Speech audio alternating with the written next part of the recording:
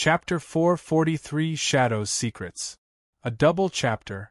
Daily plus 5/6 monthly extra. Part 1. The Order of the Black Worm, or the Worm Cult for short, is the cult of the King of Worms, Mannimarco. Originally a high elf student in the Psijic Order, Mannimarco got kicked away from the sect because of his questionable actions. Later on, he founded the Order of the Black Worm, contacted Molag Bal, and almost brought the end of the world during the events of the Plane Meld. Ever since that day, Mannimarco was a scourge to everyone on Tamriel and a mark of disgrace to the High Elves of Somerset. His worm cult was treated with all the scorn and hate in the world. Mages were aware of the ideals of the cult, which is based on the free use of magic without restricting something as important as necromancy. The cult always viewed this as its most noble message, but they were a bunch of hypocrites. For that idealism, they broke many rules, killed a lot of innocents, desecrated the tombs of the ancestors, and disturbed their rest. Even arguing that necromancy is just another tool can't be used in their case, as they had no sacred or holy. Necromancy is okay as a summons rather than actual animation, but people wouldn't tell the difference. Some dark magic was allowed to use, but necromancy was still banned for good reasons. Even John, who is also considered a necromancer, kept his practices clear from animating bodies or controlling many corpses publicly. Even with the known existence of the sin of wrath, the bone samurai Odakuro, John would use its bizarre appearance to argue that this is just a powerful inhuman summon he contracted in oblivion. All in all, necromancy isn't acceptable in public, and John only uses it in number situation, so no one can blame him. The worm cult, on the other hand, has a dark history that can't be just discussed like John's matters. That is why they can't be captured. It is an imperial decree for all worm cult necromancers to be killed on sight if capturing was not possible. Even the reward of killing them or reporting on them is extremely generous worldwide.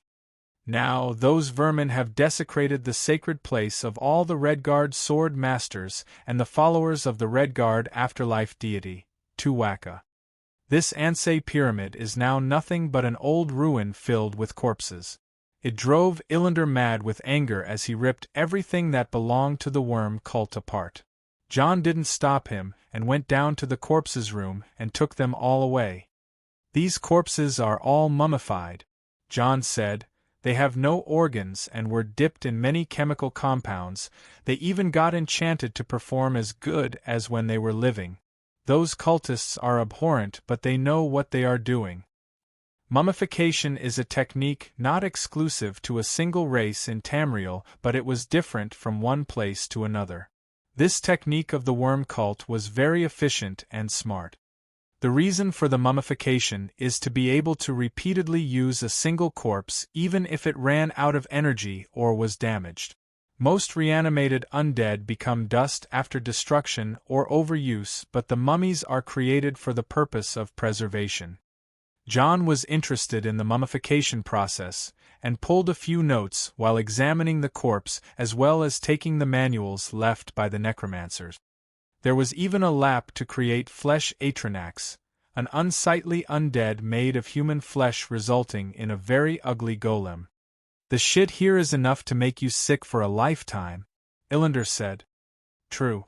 This is the ugly side of necromancy." John nodded. "Is there a not ugly site? Haven't you seen the site where we fought undead by undead?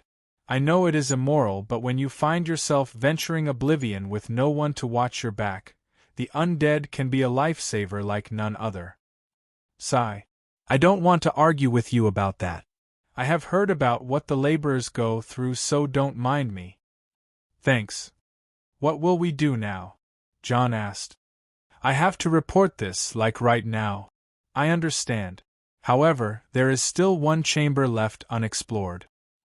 The two nodded and returned all the way to the corridor fork. From there, they went down the descending corridor. John wasn't sure what to expect, but as far as he can tell, this place is supposedly under Daedric influence. Why would a place of a deity such as Tuwaka harbor a Daedric presence? The answer was revealed when the two reached the room. It was a large rocky cave rather than a hall or a chamber. From the looks of it, this place was there before the pyramid itself. The layout was weird. At the sides of the room, two statues of large humanoids came out of the cave's wall, towering all the way up to the ceiling. They were not whole, as only the upper half of the bodies were carved, with only one arm for each statue. The faces of the statues looked mean, and they had two horns, each growing from the sides of their foreheads. The statue on the right had its only arm, coming out of its right side, fixed on a part of the cave wall opposite to the entrance of the cave. The statue on the left was in the same position. Looking closely, the two statues looked like they were protecting a double gate, with each hand blocking a single gate. "The Gates of Wish," Illander exclaimed.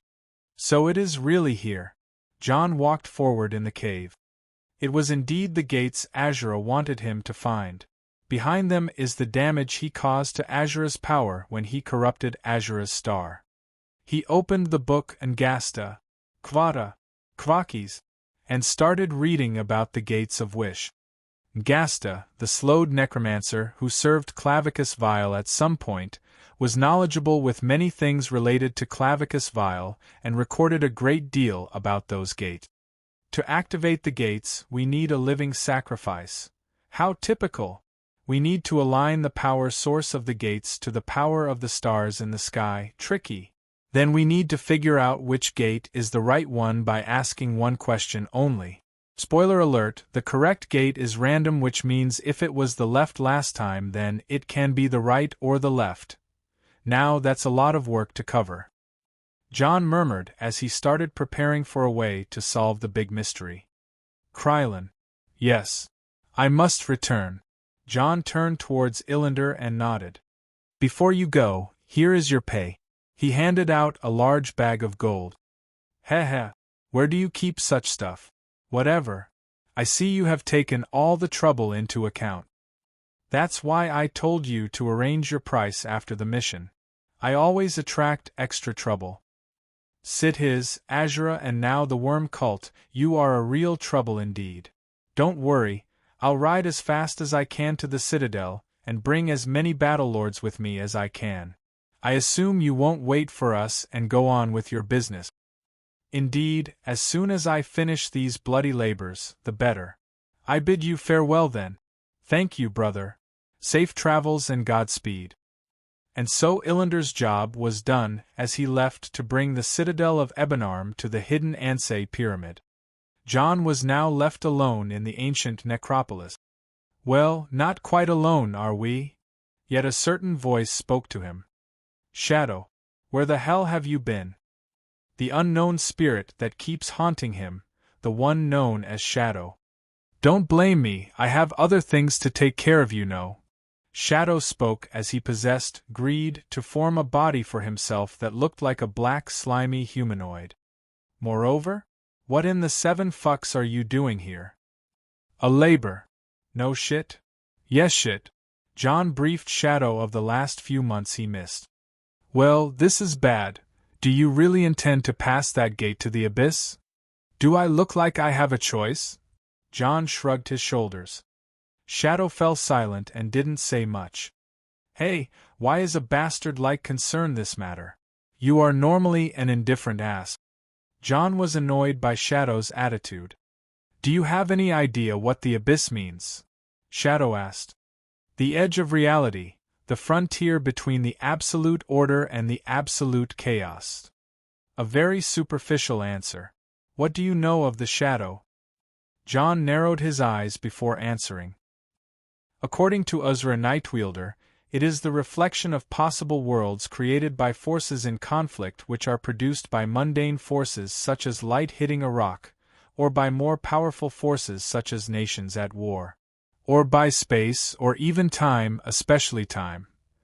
Space and time have shadows? John questioned with a funny face. Worlds have shadows, the multiverse, souls, and basically everything. Shadows are simply everyone's record in the time. You can't live without your shadow, else you will be nothing. Even a multidimensional being like myself have a shadow.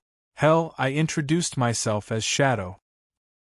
Okay, that's a lot to take in one go. John said and looked down. You just said multiverse and something about you being a multidimensional being.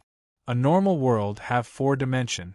3 for the space, which are the X, Y, and Z axes, and a dimension for the time. There are soul dimensions, astral dimensions, black dimensions, white dimensions, higher and lower dimensions. You will never find an end to those damn things, so don't think about it too much. The important thing is, the stronger the being, the more dimensions it can exist in. Sometimes, 2 strong beings can't exist in stable dimensions. Like you? John hit the nail on its head. Indeed. I can't exist here as the real me is in the most unstable dimension at the edge of existence.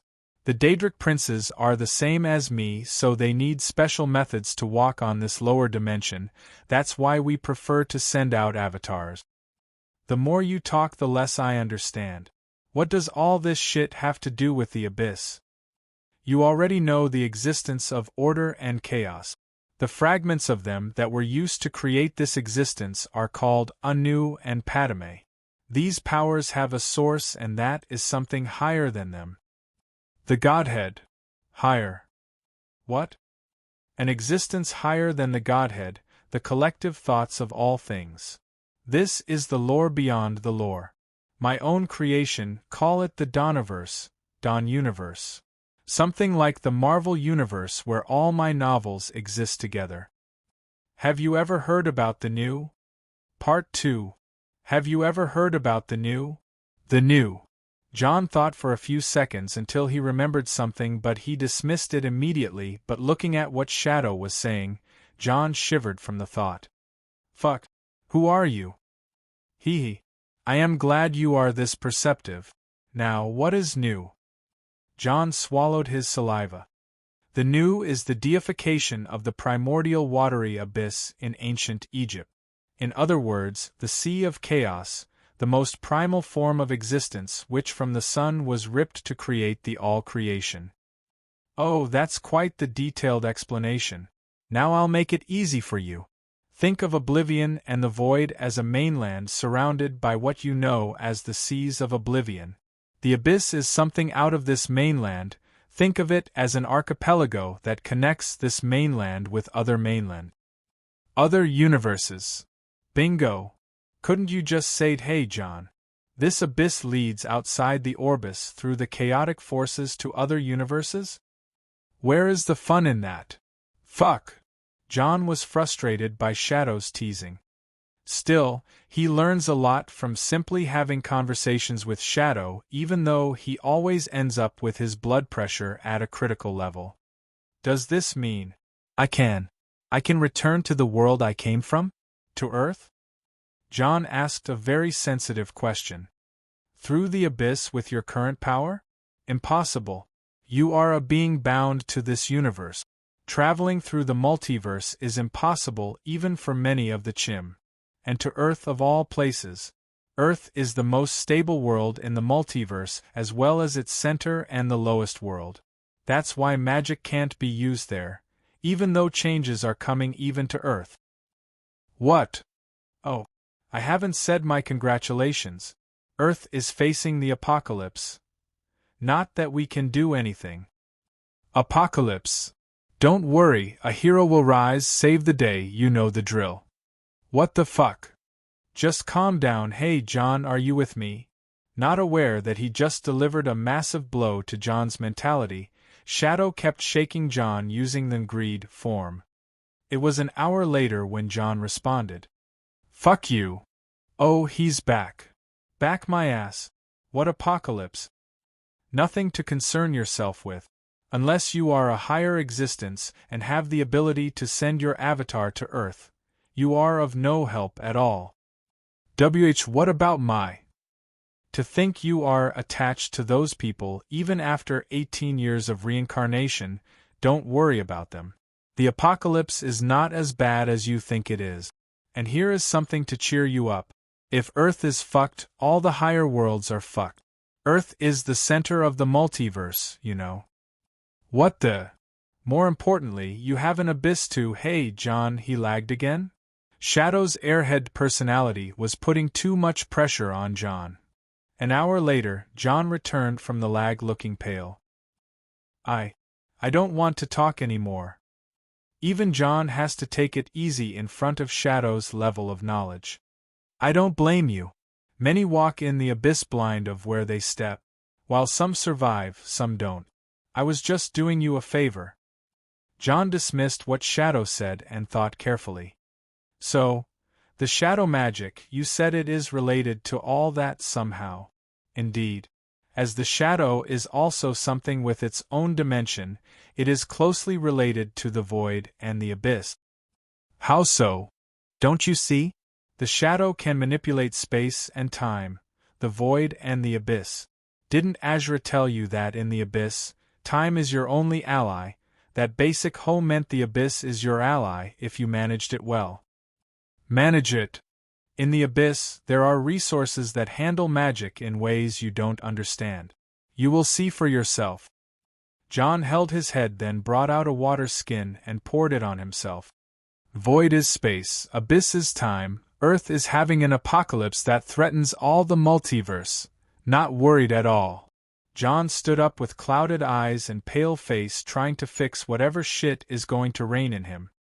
After a few hours of meditating and getting his head back, John opened his eyes with a bit of peace in them. Nefertiti, what did you find out? He asked. Homin, the power source is the top of this strange building, she replied. The top of the pyramid? Well, at least I get to climb one, John said while walking out of the cave under the pyramid to the entrance. He put his feet on the pyramid and walked unhindered all the way up. Unlike how the pyramids during the modern era on Earth are stripped naked of their outer shell, this pyramid was well preserved and every stone had an enchantment. The white marble surely gave a bright appearance to the pyramid from the outside. On the very top, however, the place was crowned with a golden shell and gemstones. In fact, that was a device with a very peculiar enchantment, and from the looks of it, it needed a certain intensity of starlight to operate. Luckily, the sun was setting and the stars will appear in some time. John decided to stay and not think of anything until when the stars are the brightest. Have I told you about? Shut up. At the middle of the night, the golden crowning on top of the pyramid started to react, but it wasn't quite right. The gems need to be aligned with the stars of the sky. John looked around and found the golden crowning made of sectors that can be rotated. Rotating the sectors was easy, but there was a missing gem. Don't tell me those fucking cultists took one to ensure it doesn't work, John cursed. A missing star was indeed a problem, and no matter what gems he has, he needs someone that responds to the power of a star which he doesn't have. Or maybe he does. The Star of Azure. Brilliant idea. Shadow, go home. You are grounded. Just do your thing. Sighing in his heart, John looked up at the sky and searched for a certain star. There to the east was the star he was looking for. Aiming the Star of Azure at that certain star, it started to brighten up along with the Star of Azure. Trapping starlight? That's actually a very advanced trick. I met a certain idiot who used a scroll containing dawn magic on himself. I picked up a few tricks. Well, this technique will surely come in handy in the abyss. How so? That's enough spoilers for your small brain in one day. Yeah, shut up. John's technique of trapping the elements in soul gems. The elements are energies just like the souls. The Ayleid, Heartland High Elves, were the masters of trapping energies in certain types of crystals called the meteoric glass to create mysteries like the Welkin stones and the Varla stones that served as an excellent substitute for soul gems. John was done trapping starlight energy in the Star of Azure, then directed that energy to the missing gem's position. From here onwards, the situation changed in an instant. The whole valley brightened. The decorations on the Ansei pyramid, the writings on the obelisks around the valley, and a road leading inside. Well, this is a beautiful appearance. John looked around inspecting the beautiful place, but sadly there was no time. The stars in the skies are moving and soon the aligning will end for another 24 hours. Waving his staff, he teleported back to the cave room under the pyramid. Unlike before, the two large statues were now lively stone. The two half-giant statues turned their heads for John as soon as he appeared. In the center of the room, there appeared a stone tablet. John approached it carefully. There were some writings on the tablet in Daedric, which was a very easy language for John. Times.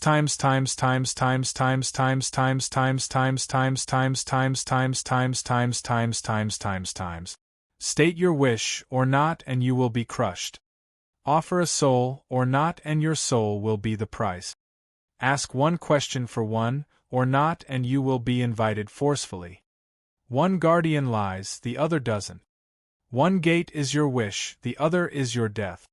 Times.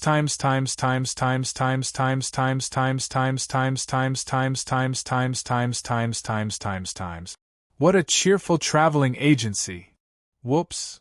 As John ran his smart mouth, the cave became upset all of a sudden. The two guardians raised their hands and descended with them on John. Shadow didn't even bother warning him. Shit. Wood. Whirlwind.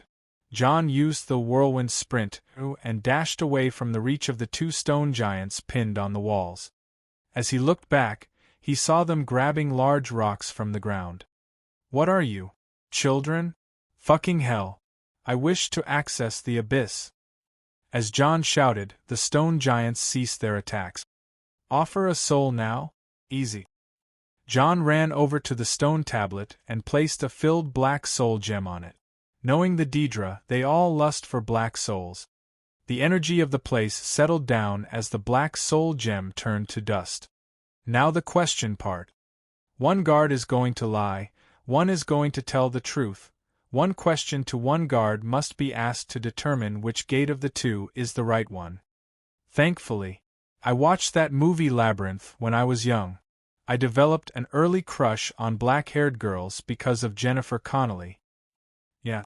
I've never liked blondes too. I know, Rig, hey, we are not talking. John ignored Shadow and looked at one of the guardians. Hey, douchebag. If I ask the other guardian which gate is the right one, what will be his answer? John said. The guardian reacted to John's question and opened his mouth for an ancient deep voice to come out. The left? I see. I'll take the right gate then. It was simple. John didn't even know which guard was lying. This question was going to be answered the same answer by the two. The guardian who tells the truth will say what will the lair guardian say. The lair guardian will say what the other won't say, which is the truth. In both cases the two answers will be the same and the right gate is, well, the right gate. Simple. The two guardians cleared the way for John. He took a deep breath and advanced forward to the right gate. Open sesame! And the gate opened. Wow! Shadow applauded. I don't even know how I did it.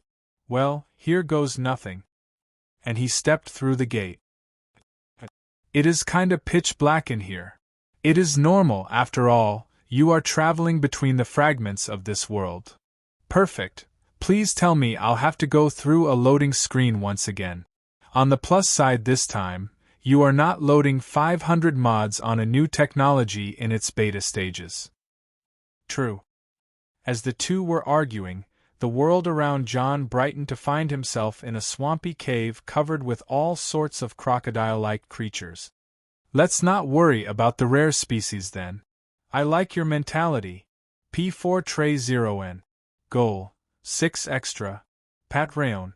com/Eldokmizi. Remove. PayPal, plus $10 equals extra. PayPal. me/Eldokmizi. Extras by votes. 5,000/8,000. Discord. GG/GKCKVA7S. Chapter 444 Abyss 1. Crocodiles everywhere. As a series of realms and realities connected together as a large cave, the abyss felt like a pretty bad place to take a rest. No matter where he went, hostile creatures appeared. Once one of those creatures is killed, it disappears in golden particles but lately respawns once again. How so? The abyss is a rift through time and space, a fallen reality that holds many records that keep repeating themselves and react to any new interference like John. These records and memories of the world were just there as a sort of protection to the links between the worlds. All of these recorded pasts and realities are dangerous spots and places that even the strong can't pass easily. The place John came through at first was a marshland with many reptiles. It fitted the description of Black Marsh, the home of the Argonians. At first, it was a horde of crocodiles that John tore apart easily with the ebony blade. These creatures were good against magic, and had a good regeneration ability, so the absorb vitality enchantment on the blade was dealing with them quite easily. Sadly, it was impossible to harvest anything in the abyss as everything is just made of space and time. Growl. Homan, no fish here. Why there is no fish here? On the other hand, there was a tragic cat that kept searching the marsh while mounting John's head. Her voice was as tragic as ever. You can eat something preserved. Too salty or too cold. Sadly, there wasn't much John can do. Due to the unstable law of space around him, he can't enter the cube at all, but still, he can take out things and put in things. The reason was that the cube had a more stable space than the abyss. Basically, the cube was its own world, a subworld to the Mundus. As a subworld, it can't be more stable than its source. It also can't be accessed easily in a lesser environment.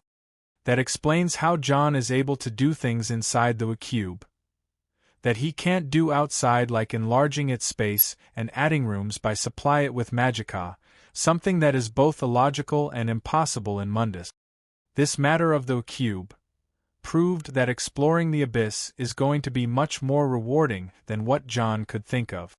But now it was time to focus on the prize. The mission is to retrieve the severed part of Azura's divinity. When John corrupted Azura's star, her power in the star was supposed to return to her, but another being stole it, and it is now sealed in the abyss. Daedric artifacts are parts of their owners. The nearest example to them is the sin artifacts that John created. John may have enchanted these artifacts with magic power, but he used parts of his own soul in the process, creating an extension of his own in them. Severing Azura from her star is like severing John from one of his sin artifacts. It is basically forcing out the soul extension of the owner. It may not sound like a big deal, but losing one of his sin artifacts is a nightmare. He may have done that to Azura, but John didn't know the identity of the one that stole the fragment. It may sound like a pang of guilt, but the labors seemed like a fair punishment for now. Still, John was thrown in the abyss without a clue. Roar. Stupid lizard, give me fish. Nefertiti vented her frustration on a crocodile as she landed on its head, breaking its skull and jaw. The reason why she was frustrated that she can't access the cube as well, and the shadow world does not exist in the abyss, which is after all the shadow of the world itself. That's why Nefertiti can't take a quiet nap in the abyss. As the pair traveled, John came to an idea. He cast Bound on a crocodile and observed the effect. Damn! Look at that! I bounded it like a Daedric creature. What does that have to do with fish? And nothing. I can just control the crocodile like a conjured being now. But I don't think I can conjure anything from the abyss once we return to Mundus. I must say it.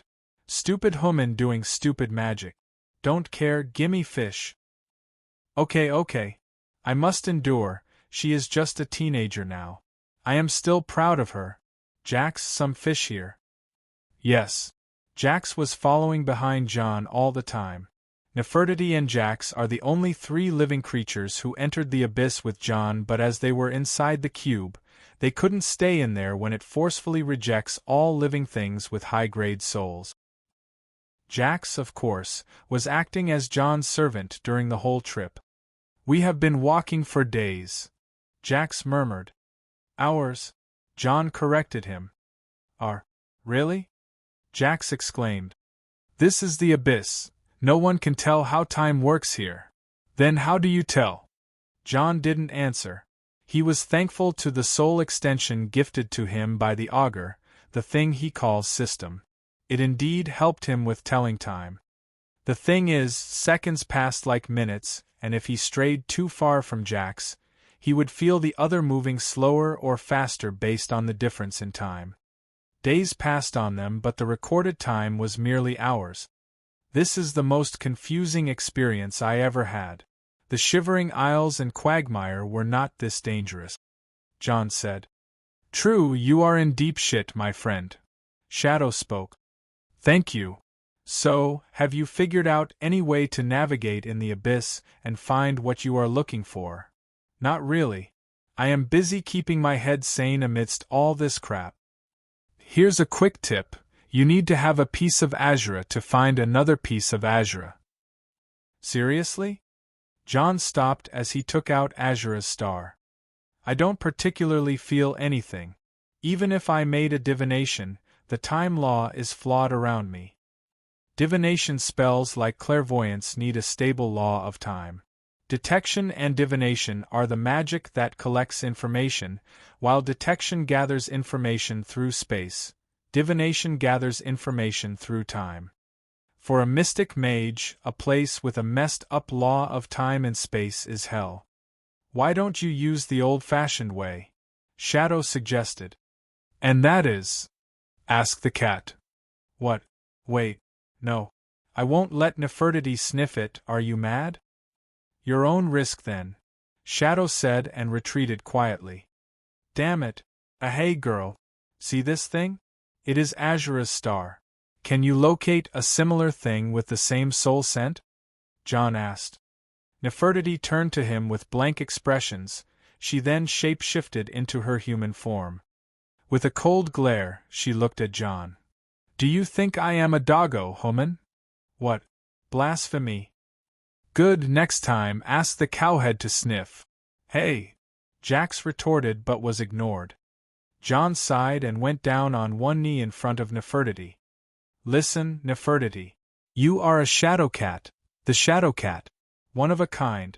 Right now, this place is called the Abyss. It is a place with a similar structure to the shadow world that only someone like you can navigate in. Do you see how awesome and important you are? He said. Humph. I expect a lot of fish in return, she said as she snatched away Azura's star and walked away. Fine, whatever you want. John couldn't help but rely on her in this kind of situation, but Nefertiti seemed really rebellious. Don't worry about her. I am not worried. They just grow up so fast, John said with a nostalgic face. You are hopeless. It wasn't long until Nefertiti found a way out of the abyss's first layer. Even though 5 hours have passed on the system screen, John can swear he felt them like 5 days. The way out of the abyss was a cave at the end of the maze. It looked quite out of place. These caves are the real abyss, the islands of the archipelago on the Sea of Chaos. Safe zone if you wish to rest, Shadow said. Finally! Tired from the tense sensation during the journey, John collapsed on the cave's wall. Hey Shadow, what do you think the Order of the Black Worm was using the Gates of Wish for? John asked. Obviously to access the abyss. Come on. Even I wouldn't want to enter the abyss after learning its nature. What makes you think those third-rate mages can do in the middle of the abyss anyway? Unlike you, most of those who enter the abyss have targeted locations or get guided to one. Is that so? What do they use? Look over there. Shadow guided John further inside the cave. It was a barely lit underground cave with green and yellow glowing mushrooms illuminating it. Other than the mushrooms, there was crystals coming out from some parts of the cave walls. These crystals had various colors and qualities, but John recognized them in an instant. Meteoric glass. Meteoric glass is a variety of ethereal fragment. The glass is crystalline and comes in various colors. It is prized for being magical in nature and highly enchantable. The Aelids, known for harnessing ethereal fragments, used the glass to create artifacts like Welkin stones and Varla stones. Sky shards were believed to be shards of ethereal magicka that carry the essence of Nirn. They are sometimes linked to Lorcan or Anu. When properly cultivated, meteoric glass crystals are able to grow and multiply. The Aelids were only beginning to cultivate the material when they were wiped out by the Alessian slave rebellion. Now in front of John was a colony of those rare goodies. He remembered when he trapped the starlight energy in Azura's star to activate the Ansei pyramid, and when Shadow told him that this trick, he learned, will turn out to be useful at some point in the abyss. This was because of the properties of the meteoric glass that allow it to absorb all kinds of energy. Now, this colony of meteoric glass looked so beautiful in the eyes of John that his head overheated from the number of ideas that he can use all that stuff for. You need to hold your horses. Why? Not all the crystals in that crystal colony is suitable for use. Some are just bad quality. TSK. You always bring me the awful news. You welcome. Just like a coral colony, these wild meteoric glass colonies grow in Etherius, the void, the abyss, and some places in oblivion. They were indeed hard to harvest but not impossible. John held greed over the colony and let it flow in a liquid state. Through it, he could feel the difference in quality between certain crystals of the colony. With some control, greed devoured all the useless crystals and left the ones John deemed useful. You can praise me now, he said. You should be ashamed of yourself if you can't do at least that much. Go to hell. Those meteoric glass crystals were taken to the side and put in a pool of crystal ether, a mix of the tears of kine extract and the Lorcan's tears solvent that John created in Cold Harbor to refine the materials that created the Elder Staff, Pride. Take a hint. That process was repeated with other crystal colonies in the same cave until John decided to head out to the next level in the abyss. As the first level was a marshland from Argonia, the second was clearly the mountaintops of Skyrim with a horde of frost trolls. The third level was a thick forest with giants and saurigans resembling the nature of Valenwood. The fourth was a sea level. Sharks and sea serpents flooded the tunnel, and the space underwater was much bigger than above it. The fifth was a dwarven dungeon. The sixth was a battlefield between Nord-like people and elf-like giant. And the seventh was the inside of a castle overrun by orcs, goblins, and undead. Only after the cave that separates the seventh and the eighth did John find a clue to his quest. A crack in the wall of the cave leading to a strange subdimension to the abyss. John walked in a space that felt completely different from the space of the abyss, a strange alien dark fantasy-like corridor. Congratulations, you have reached a crack between the worlds. P4 Tray 0N. Goal. 6 extra. Patreon. com/Eldokmizi. Remove. PayPal. Plus $10 equals extra. PayPal. me/Eldokmizi. Extras by votes. 5,000/8,000. Discord. GG/GKCKVA7S. Chapter 445 Abyss 2. The crack between the worlds, you say? Indeed. So let me get this straight. This world is this but cheek, and that world is this but cheek, and then we have this crack between them. Please put your pants on. The point is, the cosmic asshole is around, right? Actually, that would explain the smell in this place, but no, there are no cosmic assholes. What a shame. I used to call my boss a cosmic asshole in my past life. Very funny.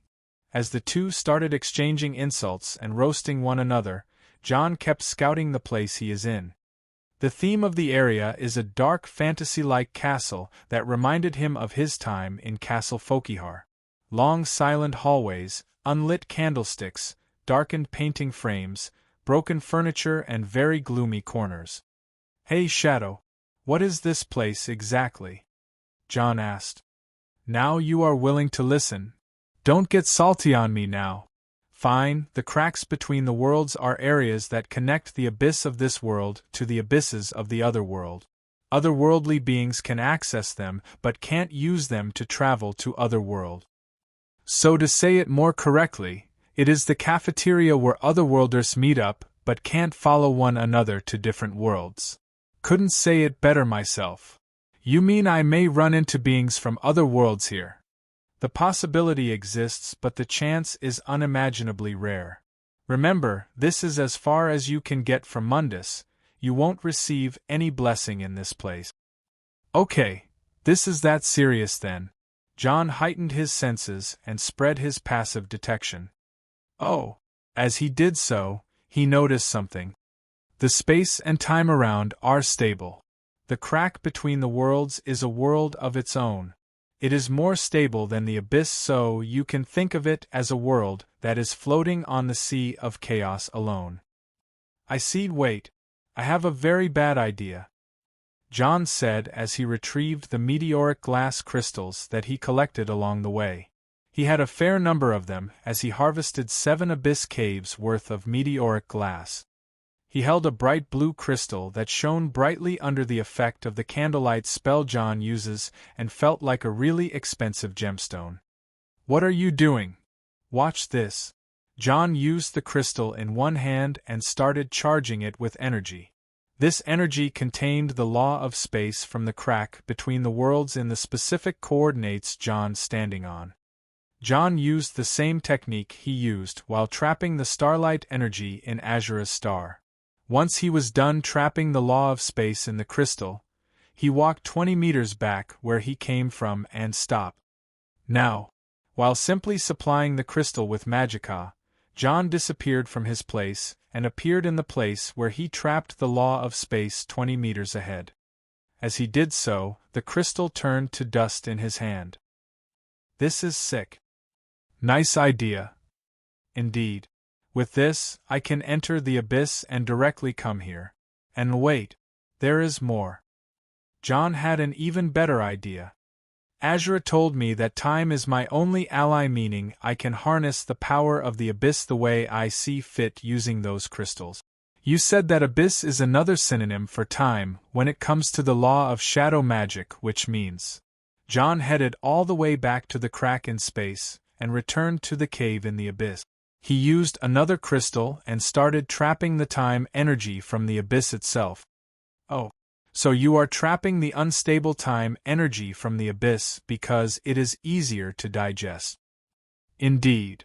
John had a mad smile on his face while doing so. He activated his magicka and something miraculous happened. His astral form separated from his physical form and he became a golden ghost. He saw the events from just now happen in front of his eyes but running backward. In his hand, the crystal was there, but it was also in an astral form.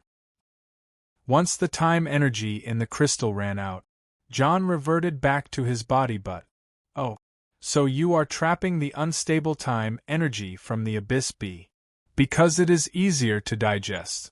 As he said so, the crystal turned to dust in his hand. What? Shadow halted. You were going to say that, right? John said. You bastard. You managed to slide back in time under my nose? Shadow's voice carried a hint of being impressed. Ha ha ha ha. This is crazy. Jumping back in time. Not even an archwizard can pull that one off without the help of a dozen artifacts and scrolls. Now John could do it by using the data he acquired from analyzing the dawn magic spell used by Darius in the final match of the Grand Champion. This spell that can trap pure energies into crystals is now called the Meteoric Protocol, an expert-level spell inspired by the dawn magic that can trap energy and powers in meteoric glass. John repeated the process with more crystals and had different effects based on how he used them. If he threw them at the enemy, the space crystals would devour a part of it in a void orb that appears for a second while the time crystals cause the target to go in stasis. The potential was limitless, but the crystals were not, so John had to keep most of them and continue his course. Still, the trip became 100 times safer with the existence of a method to jump back in time. Of course, using this method in stable dimensions like Mundus is much harder than the Abyss or the Crack of Worlds. Anyway, fun time was over. John returned to exploring the dark castle beyond the crack. The corridor was pretty damn long, and some places devoured the light of magic John used to see around. This eerie place would give anyone the creeps, so John kept an extra careful awareness. Finally, and on the turn of a corner, he found himself in front of a single door. Nefertiti, is the soul scent of Azura still coming from there? John asked. Yes. Okay, just when we find ourselves reincarnating in dark souls this time, don't play me. Pushing the door, John found one single room. Seriously now? He was annoyed as he had to look somewhere else, but still Nefertiti walked in. At the center of the room, there was a table. On the table, there was a strange-looking box. And inside the box? She pointed. Should I open it? He asked. You can't. This box is bigger than this place, she said. Huh. John looked at the box and could hardly understand her until he started scanning the space around and the box. Holy shit. Couldn't help but swear. John noticed how large the box was. It was as large as a castle from the inside, but from the outside, it was compressed to the size of a box with complicated mechanisms to keep it locked and to keep anyone from seeing what's inside. Nice try. John smirked and cast Eye of Magicka. The spell that can expose the flow of magicka around the space was one of John's secret spells. Still, it didn't work as he thought it would work. Instead, he saw a fingerprint on a certain part of the box as if it was highlighted by ultraviolet light. Wow! Gasping from surprise, John couldn't help but touch the fingerprint spot with his thumb. Crack, click, click, click, click, click. Suddenly and without warning, the box started moving on its own. It rotated around itself and made mechanical sounds. Then its lock appeared on the outside of the box with many lines of brass metal and nails separating some parts and connecting others. What is that thing? Is that Dwemer? John freaked out unintentionally. No, it is a tool from another world. Shadow replied. Another world? Why would something like that come here and imprison Azura's divine extension? Someone must have found it and put it to use. Many things from different worlds drift through space and time. This tool is similar to the cube of yours. Where did it originate from? A world called Erag, created by the magic of the Horned Dwarves. Erag is a fun place but gradually losing its peace due to the discovery of gunpowder. You can imagine the rest. An advanced world with magic, eh? Sounds fun indeed. John replied, still, this machine is very curious. Sadly, I can't take it back to Nirn. John didn't bother and pulled out the skeleton key to unlock the lock on the chest. Once that was done, the box opened more and showed a secret mechanism, one of those that are used with modern safe. The catatasker inside John was fully curious and swore to open this box no matter what. From a safe mechanism to secret maps mechanism, musical notes mechanism to star formation mechanism, John kept solving every riddle as the box grew bigger and became more complex with every turn. After some time, John arrived at the innermost deep part in the box. Once he solved the puzzle, a red gem appeared for him and stood across a stand. On that gem, there was a magical seal, and it was atypical to the one used in Mundus. This is where things got interesting, as this seal can't be left unless by someone from Mundus, meaning that someone has solved it before John. The answer to that came earlier than he expected. There was a note signed by an M letter. Times times times times times times times times times times times times times times times times times times times times. It was a pleasant encounter running into an otherworldly artifact during my trial in the abyss. Master Iacasis insisted to focus on my trail, collect a fair number of meteoric glass, and pass, but how can I resist such a curiosity? That idiot Venus is also keeping an eye on me. I think Master is the one who told him to do so. The fool wouldn't let me do my work in peace. Thankfully, I found this otherworldly artifact that I can't tell its name, but I'll call it the puzzle box from now on. For an item like that to drift between worlds, it is my fortunate indeed. This box can twist itself into various puzzles, as if something created by Sotha Sil or a Dwemer tonal architect. It can contain space, and even trap parts of the rifts between worlds. The rest of this maze will be trapped by me, so Venus, or any other Psijic, can just run around like headless hens. I also kept the space of the original owner intact, so I can experience how the other worlds felt. Such a curious style indeed. No man or mare can create such elegance. Times.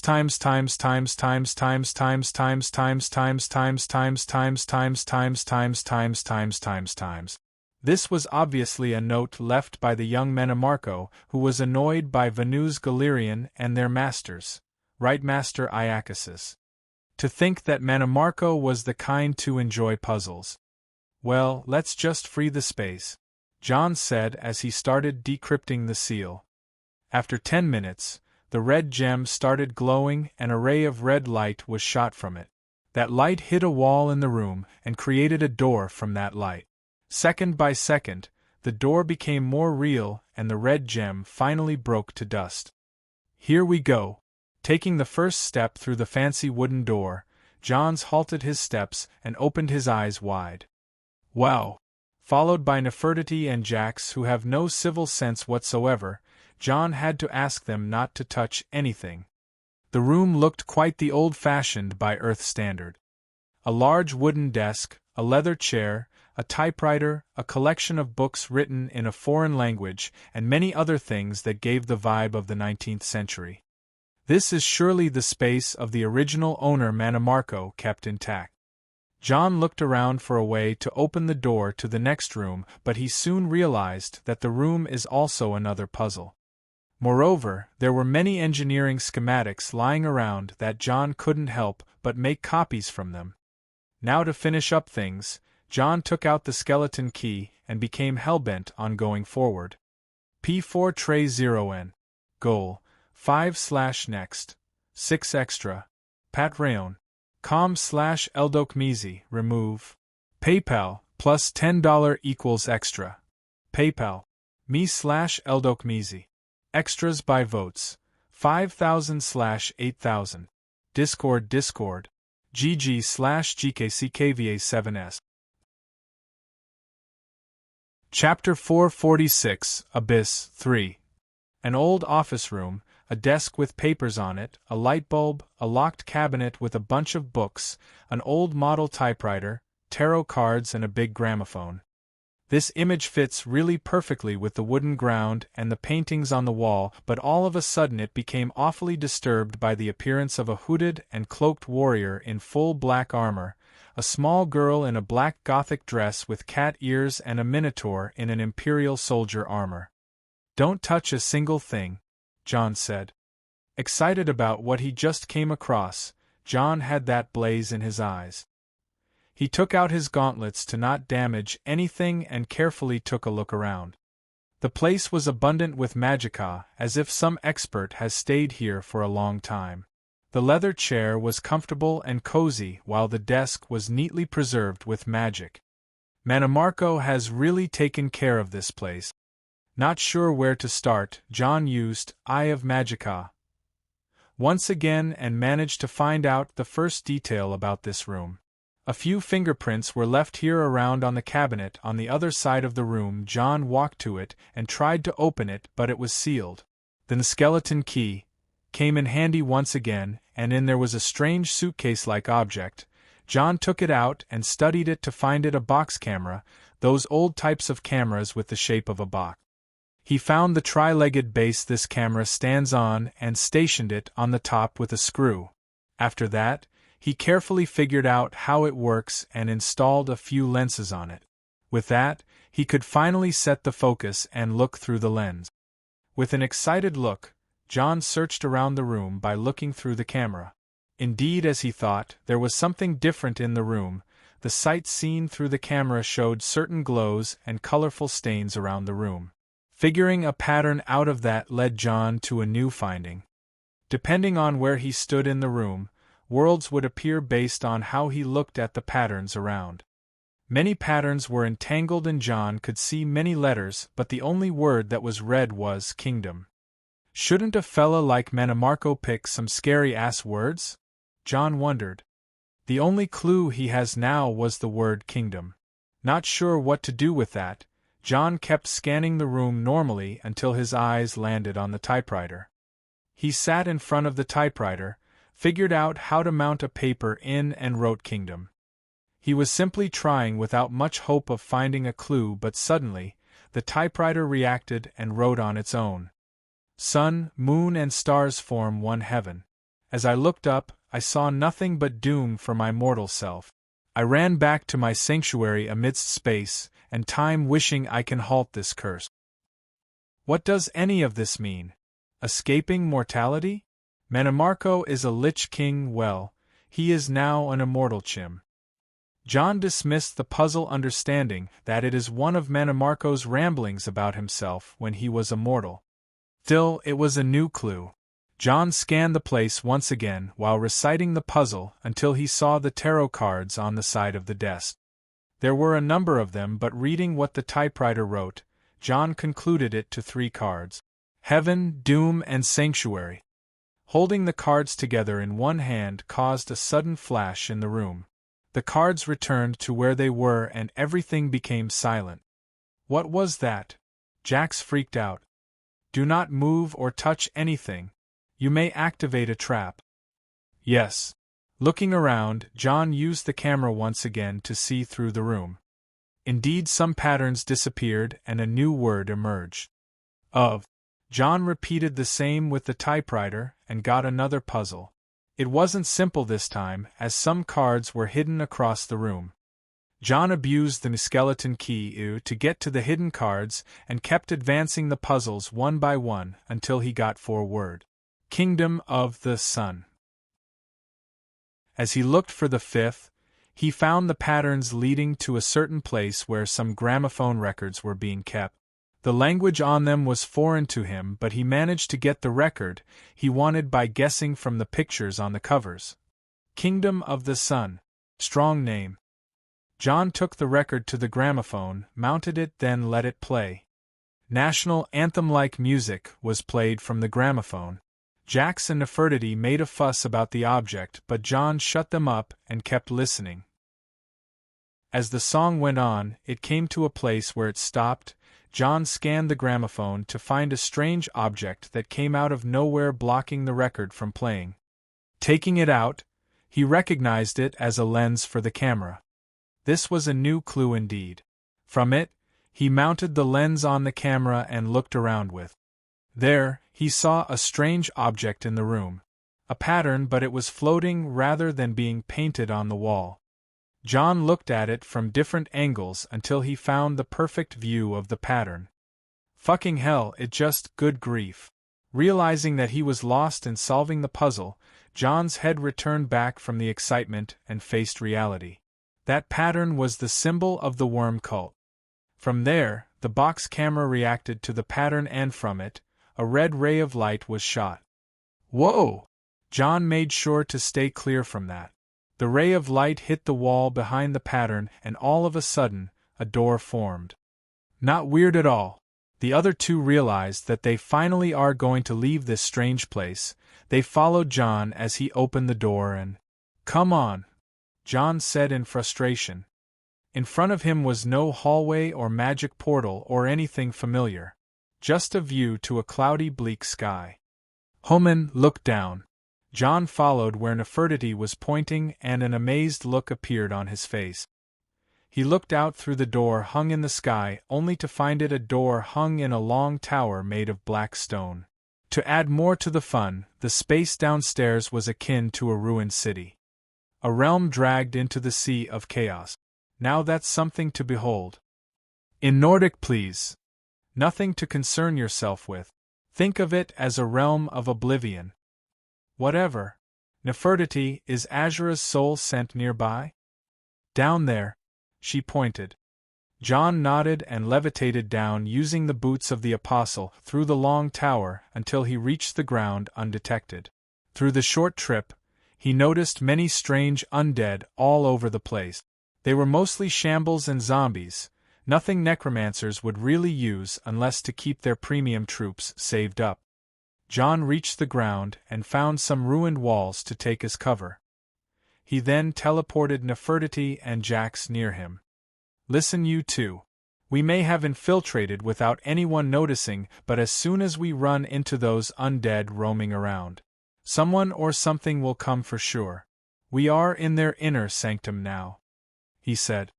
Homan, you are so demanding. Lots of fish. But it's okay. Good. You can blend in the shadows and recon the area. Meet me back here in 2 minutes, he said, and Nefertiti didn't disagree. Jax. Yes, Chief. Boss. How come you are not asking questions all this time during the journey? John asked.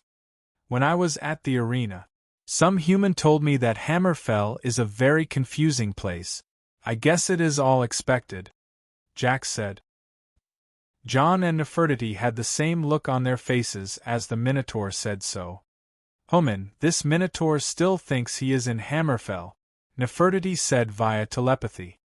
Let's keep it that way, John replied. Yes, indeed. Hammerfell is truly mysterious.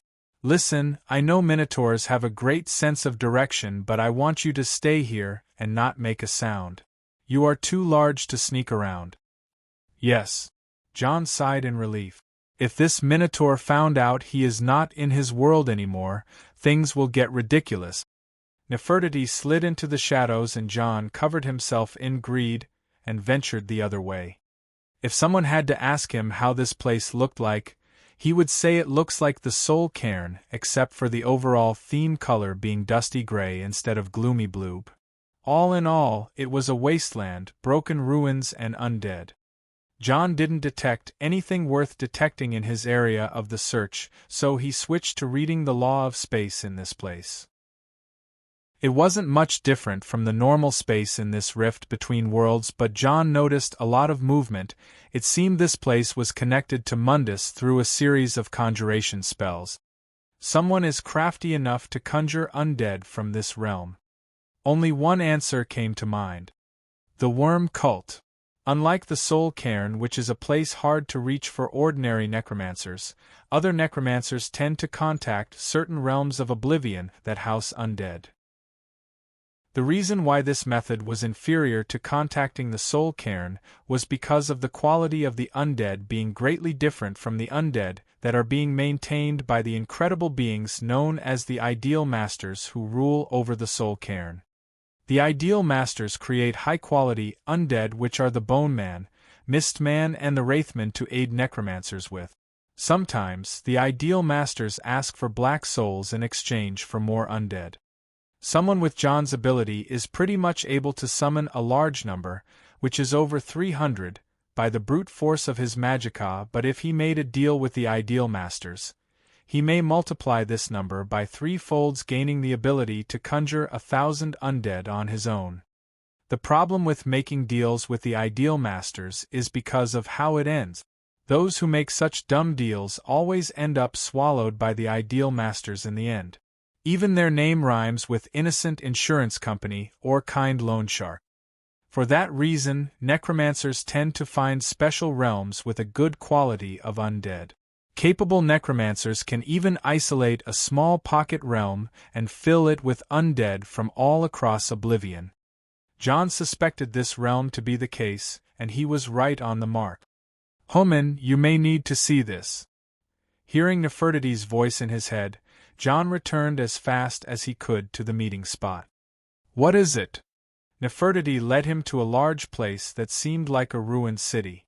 In there, John could feel a ton of presences. Life signals, undeath signals, Daedric signals. There was a strange festival going behind the walls of that city. But the most curious thing John felt was the familiar sensation of Azura's presence. It was clear where to go now.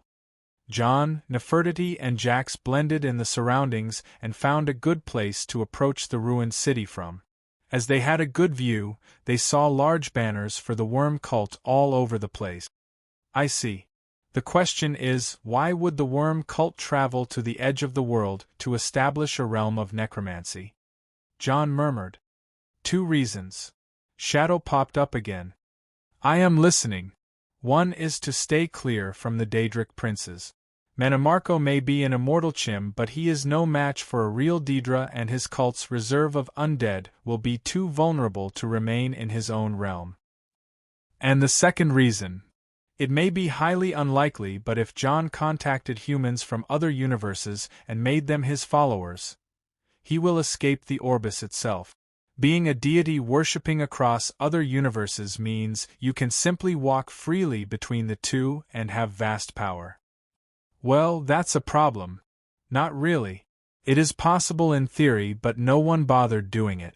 Just focus at the labor at hand. John nodded and returned to stealth. This time he has to go through the secret metropolis of the worm cult. P4 Tray 0N. Goal. 5 extra / next. 6. Patreon. com/Eldokmizi. Remove. PayPal, plus $10 equals extra. PayPal. me/Eldokmizi. Extras by votes. 5,000/8,000. Discord. GG/GKCKVA7S. Chapter 447 Abyss 4-5. A double chapter. Daily plus 5k votes extra. Part 1. A long time ago in a world far, far away, a war broke out between 2 factions aiming to control that world. As the war was never going to end at the rate it followed, some scientists came up with a weapon that defied sense and logic, calling it the antimatter bomb. That horrific weapon was bombed right in the middle of the enemy's main city, harvesting every life and casting the city itself to nothingness. Only its shadow survived the apocalyptic moment and was cast down the abyss, becoming a ghost world between worlds. It was that case until a certain mage discovered the existence of the lingering ghost world and turned it into a place to experiment with all manners of forbidden magic. Later, this secret realm would become his vault for the undead creatures his followers gather. Sealed and secured behind layers of complicated seals, no one really thought that this secured place can be accessed by an unauthorized intruder. After all, this place needed the permission of the one who sealed the realm to be accessed. This permission comes in the form of a crystal that can teleport its holder across the abyss, and the cult colonizing that ghost world were experts in reproducing those crystals and cultivating them like plants, using the lives of their victims. The Order of the Black Worm, followers of the King of Worms Mannimarco, were a vicious and heartless cult that originated in Tamriel a millennia ago. Their goals might be appealing and favorable to those who don't know them, such as the free use of magic and the reunion of ancestors. However, those who know them are well aware that this cult holds no sacred or holy, aiming to infiltrate the places of power and hoard the honored dead for their twisted creed. The arts of the cult were all about creating the most perfect form of life or undeath. Compiling the dead was the first of their arts, and as spells that construct a new undead from existing remains were extremely popular, examples for that are the Bone Colossus, the Flesh Atronak, and the most basic Bone Shambles. Still, one of the trickiest spells was the Necrostruction, that can freely make whatever undead the caster wants as long as the materials were available. Only the best of necromancers were able to use such a spell. Mummification was one of the early arts in necromancy, and its goal was to create the ultimate undead that can be raised over and over again, but it wasn't as promising as it sounded. But on top of all the arts of the worm cult is the transformation by embracing the power of lichdom, placing souls in an object called a phylactery, which is usually a jar or a chest. Liches are selfish and power-hungry, destroying all in their searches for souls to repair the phylactery. Extremely intelligent and powerful, they are always resurrecting if their phylactery is not crushed. Most liches are in control of at least a small undead army and a tomb, and are adept spellcasters. Nether liches are weakened form liches, ancient liches are stronger than the normal ones. Finally, the Lich King was a title only held by the first Lich, Mannimarco. Some argue that Mannimarco was not the first Lich, as he managed to become one after studying the Nordic dragon priests. The dragon priests also had a similar theory, but instead of using phylacteries, they used the prayers of their Draugr followers buried with them in their crypts. Such a study always occupied Elder Faucon, a very old Lich that served in the ghost world as the anchorite, the leader of a worm's cell. Faucon was a Nord necromancer, who served Mannimarco for ages later to be guided to lichdom and transform into a Lich. Some may argue that a Nord is lucky to reach such a high position in magic, but those ignorants never knew that the best necromancers in history, aside from Mannimarco, are mostly Nords. Argument may come and go, but Nords have the best aptitude to chaos. That is why Faucon took pride in his apprentices, who are mostly Nords, as the ones who will revive the cult and return it back to its former glory once again. Still, Faucon was very occupied with managing his territory as the locker of the summonable undead of the cult. Hidden as it may be, a lot of maintenance was needed to keep the ghost world up and running. The cult always provided living sacrifices to the ghost world for the sake of keeping the stored undead functioning. This realm wasn't a Daedric realm, which means there was no higher entity to fuel it. Mannimarco had his own realm, the Necromancer's Moon, that is busy keeping the realm of Arche in check, and that's where the ghost world, Faucon and the sacrifices come in action. So aside from his role as the anchorite, his studies on the dragon priests were the second on his list, followed by training his apprentices. The apprentices of Faucon, being elite necromancers, looked after the ghost world away from the political drama of the cult. The places were basically an old city dragged from a different world. It had many large halls, mansions, and side streets. Those places were either used as living quarters or undead storing facilities. No one really needed to patrol or guard the place, so they kept some bone shambles and zombies on the lookout, just in case. For many long years, nothing disturbed the ghost world, but lately, a new prisoner was delivered personally through the void and the abyss to Faucon. A prisoner to fuel the ghost world like nothing before, and to be locked in the safest innermost sanctum of Faucon by the direct order of Mannimarco. As far as he was concerned, it was a fragment of a Daedric prince. Nothing less can be expected from the King of Worms, to be able to bring such a rare specimen to me. Faucon wondered. By that fragment of a Daedric prince, forget about the living sacrifices. It was as if wings were added to a serpent, creating the foulest of dragons. At such occurrences, disturbing Faucon was a taboo, and as he would spend hours brooding in his research and the rarities he is in charge of. But the most exciting gifts brought the most eminent disaster. A real dragon priest has invaded the ghost world, and the impossible became possible. The seals on the ghost world were broken, and the connection with the King of Worms was broken. The sheer idea of finding the shadow world was impossible and impassable.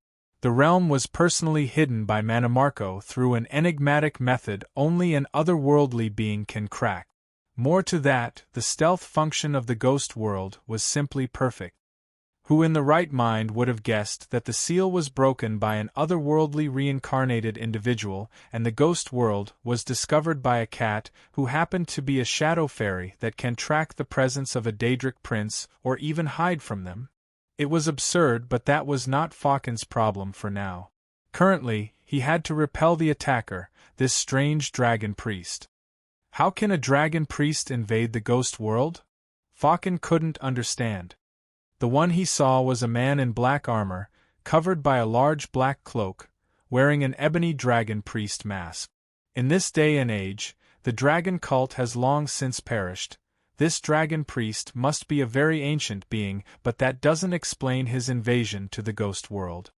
Of course, the dragon priest, aka John Dare, was impossible to be recognized as a living human, for he was covered in with a greed in a cloak form. With pride in hand, the ebony blade in another, and wrath, leading a small army of undead behind him, John was making a grand intro. During the past few hours, John was busy doing mapping around the area with the help of the system, He infiltrated the place and gathered accurate information about the locations of the major powers in this realm. In his point of view, this realm was another twisted version of the already twisted Cold Harbor. The Order of the Black Worm had connected this place to most of the other worm cells, creating a hub for their unholy army. At first, he thought the materials were gathered here and then manufactured into zombies and bone undead. The truth wasn't far from that, but he misunderstood something. If it were him, he would indeed gather the best quality of bones and create his undead with them, but the worm cult operated by different values. There were undead, yes, but as John and Jax opened a certain warehouse in this ghost world, Jax identified some of the undead. These ones were fighters from the arena. That is Fura the Strong, a Nord I remember very well, and that is Savius Aventus, a former Imperial soldier who was forced to fight against Darius. Jax said, "You are saying that the worm cult is collecting strong heroes and fighters from the arena to mummify and fill their zombie locker with? This is very concerning." John realized how much of a threat this is. According to Jax, the corpses of the dead in the Imperial arena are handled by either the family members or some gravediggers contracted with the arena. Apparently, those are the worm cult agents. By the looks of it, the worm cult has many cells spread across Tamriel, judging by the diversity of the bodies, and they rely on more than just the Imperial arena. Just thinking of how many bandits, criminals, assassins and unidentified corpses are handled by the nameless gravediggers, it all made John feel a chill in his spine. There is more than just that, Homan. Other places have big dummies, cow heads and even large doggos. What Nefertiti wanted to say was that there are giants, minotaurs and direwolves as well. This is worse than I thought. John fell silent for a few seconds, then spoke once again. I have a plan, but will need you guys to assist me. Nefertiti, you will take down the extra load on me, stick to the shadows and protect me stealthily. Too much work, Homan. Jax, take this staff. Even though you are not aware we are outside Mun Ihem. Sorry. You Minotaurs have an excellent sense of directors. I will assign those scrolls to different locations and I want you to activate them with that staff I gave you. Can you do that? Yes. Good, I'll be the distraction then. Move out. Part 2. Back to the present, John and Wrath made an intro. John as a dragon priest in all black ebony, wearing his mask and donning greed as a cloak to hide his life signal, while Wrath led all the undead John summoned from the soul cairn. Bo Tyr, come out! John shouted in the dragon tongue to call forth the leader of this place. The whole ruined city shook as John made his grand appearance. Necromancers and undead started running from their spots to see what is going on. John made sure to put on airs as a dragon priest and float in the air while giving off a heavy pressure to his surroundings. Just as a necromancer tried to attack him on sight, John made the poor sod explode from the inside out using his imagination by pride. What is that? Where did this come from? Some necromancers tried to make a formation, but Wrath arrived beside them and took them out in one slash. How? John didn't mind Wrath. Having some fun, after all, the sin of Wrath Odakuro has arrived at a new evolution since he received the dead sand John gave him. Equals equals equals equals equals equals equals equals equals equals equals equals equals equals equals equals equals equals equals. Wrath/Bone Samurai Odakuro, Sin. Howl of Wrath. Howl of Death New. Equals equals equals equals equals equals equals equals equals equals equals equals equals equals equals equals equals equals. Wrath was able to manipulate undead by the normal magic John installed on him, but now that magic evolved into a howl. Wrath can scream and raise the undead from the ground. Not just that, he can also disturb the connection between the undead and their master, taking over those undead. It was, by all means, an overpowered skill.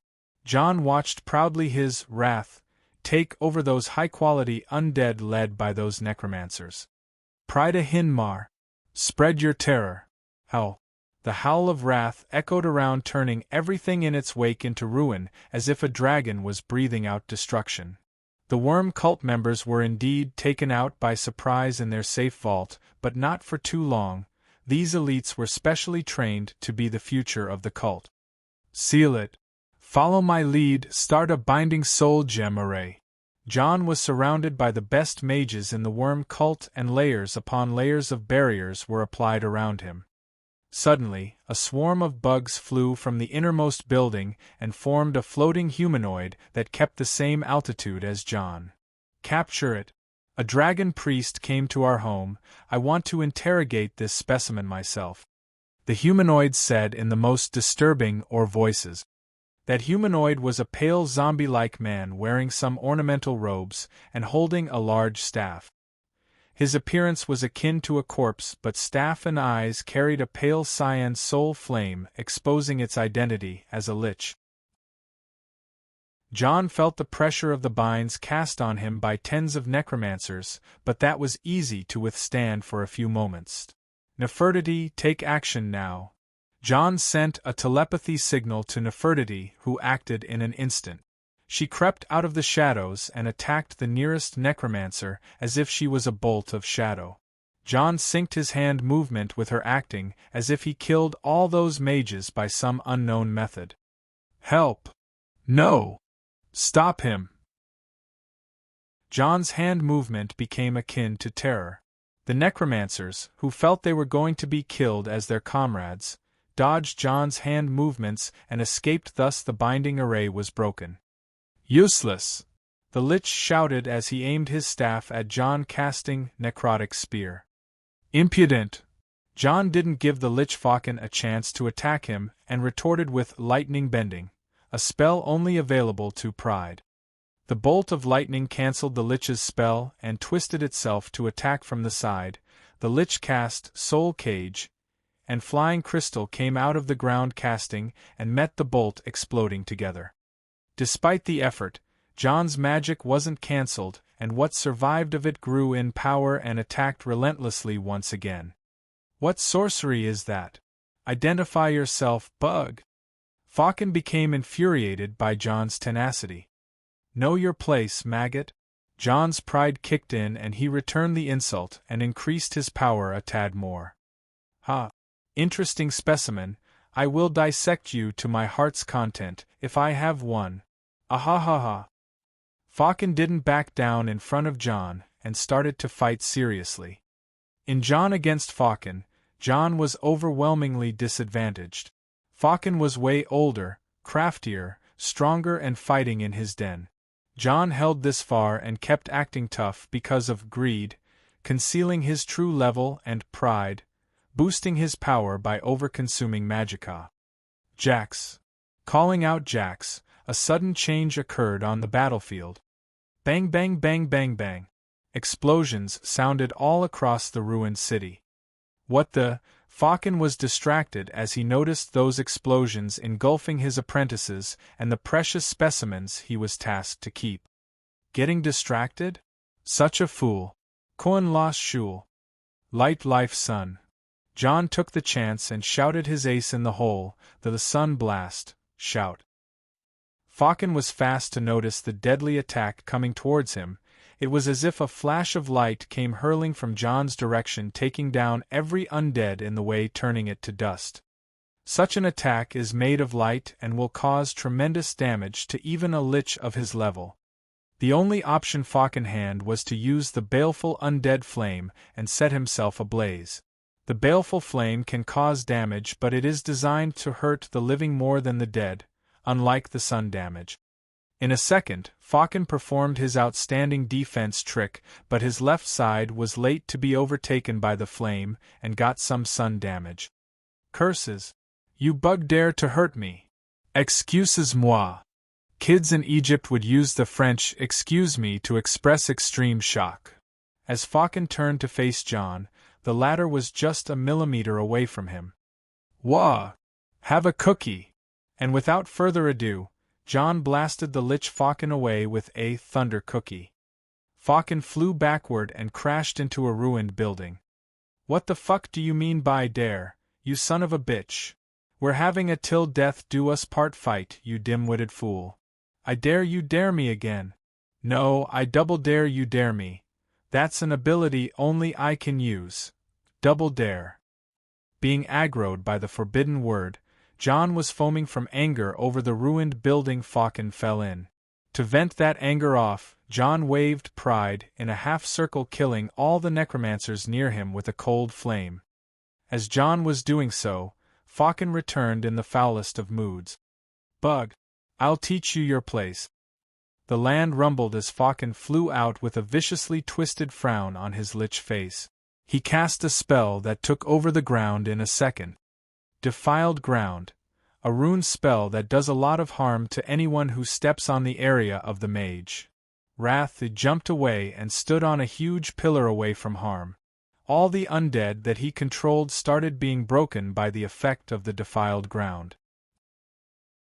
It was then when Faucon took note of Wrath. At first, he thought that this large bone samurai was simply a bone colossus that has overgrown and got enhanced a bit, but it was clear now that this is a very unique undead. Something new and unknown. A long-living lich may have a vicious personality, but long life gives curiosity, and he knew exactly how to harm the dragon priest. Undead Claim, a spell that drives away the mental control on a certain undead and gives it to the caster. In other words, Faucon was hijacking Wrath. John felt the underhanded strike as it landed on Wrath and attacked John's consciousness right away. He completely understands the effect of the spell, and was amazed that the ability that Wrath developed also came in a spell form. Sadly, it was an undead-exclusive spell. But now John had to deal with that mental attack. Trying to hijack Wrath is wishful thinking, or Wrath is just an extension of John's soul and will. The spell Faucon used was only causing some headache, but Faucon doesn't know that. "Arg!" groan. John and Wrath both feigned mental damage and staggered in their places. John, who was floating, descended down a few meters. "Ha ha ha ha. Interesting specimen, you truly caused me great trouble.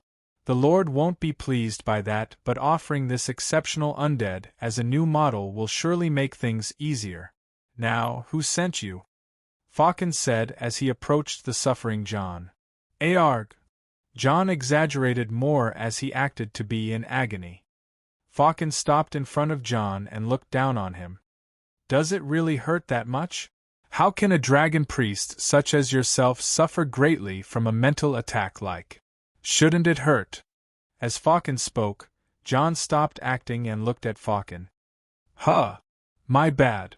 Before Faucon realized what went down, John waved the ebony blade from point blank. Teleporting away as fast as he could, Faucon appeared far from John with an amazed look. Looking at John, he was holding a dead arm and waving it at Faucon.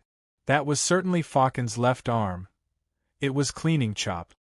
Not just a mage but an incredible warrior and a crafty trickster with no honor or respect. "You rogue! This is the material world, baby." John cast the ashen flame on the lich arm. He got turning it to a fine cinder. Faucon was overwhelmed by pain but could endure losing an arm for now. This dragon priest is by no means someone simple. He needed to be crushed by all the force he can muster up. "Come to me. Back me up." Faucon howled to the sky, calling for someone. "Shut up. Vengar nos. Wind unleash strike." John shouted a cyclone to obliterate Faucon once and for all, but a string magic barrier protected the lich. "Who is it?" John became annoyed by the interference. "Support Faucon." "Ha ha. Faucon, you arrogant bastard. You can't take care of one ant. Staying in the ghost world all the time, huh? You clearly turned senile." A strong wave of power came forth as three figures appeared. They were ghost-like incorporeal beings that looked exactly like a lich. Those were nether liches, weaken liches because they face destruction and still in a recovering state. From what it seemed, when liches from the worm cult get destroyed, they are sent to the ghost world to recover. Still, nether liches are as much of a pain in the ass as regular liches. John, however, has a second say. Pride and the ebony blade were returned in the cube, and the chains of Ozidal's evil fists were loosened while the ashen flames engulfed them in a second. Incorporeal beings are weak to energy attacks, and the ashen flames were the best type of energy John can muster. It is an incineration flame that can burn whatever John wanted and spare whatever John wished to spare. Right now, John had 2 long chains with the ability to seal magicka, fixed on a gauntlet that can negate magicka and engulfed with a flame that can burn magicka. And music. Highway to Hell. P4 Tray 0N. Goal. 5 extra / next. 6. Pat Rayon. com/Eldokmizi. Remove. PayPal, plus $10 equals extra. PayPal. me/Eldokmizi. Extras by votes. 5,000/8,000. Discord. GG/GKCKVA7S. Chapter 448 Abyss 6. Highway to Hell. Bardic Knowledge, Effect. Fortify Speed 10%. Sweet! 2 chains with the length of many meters dangled down as each ring was being lit by the white ashen flame. John reinforced his control by folding the chains around his hands once, then give them a shake. Tink, tink, tink. And they were to his liking. One man who is supposedly a dragon priest was facing 1 ancient lich and 3 nether liches. The odds were totally uneven, but in these cases, it is advised to play the game by a new set of rules. No matter how good his talent in magic is, this fight was hopeless for John if he kept fighting using magic.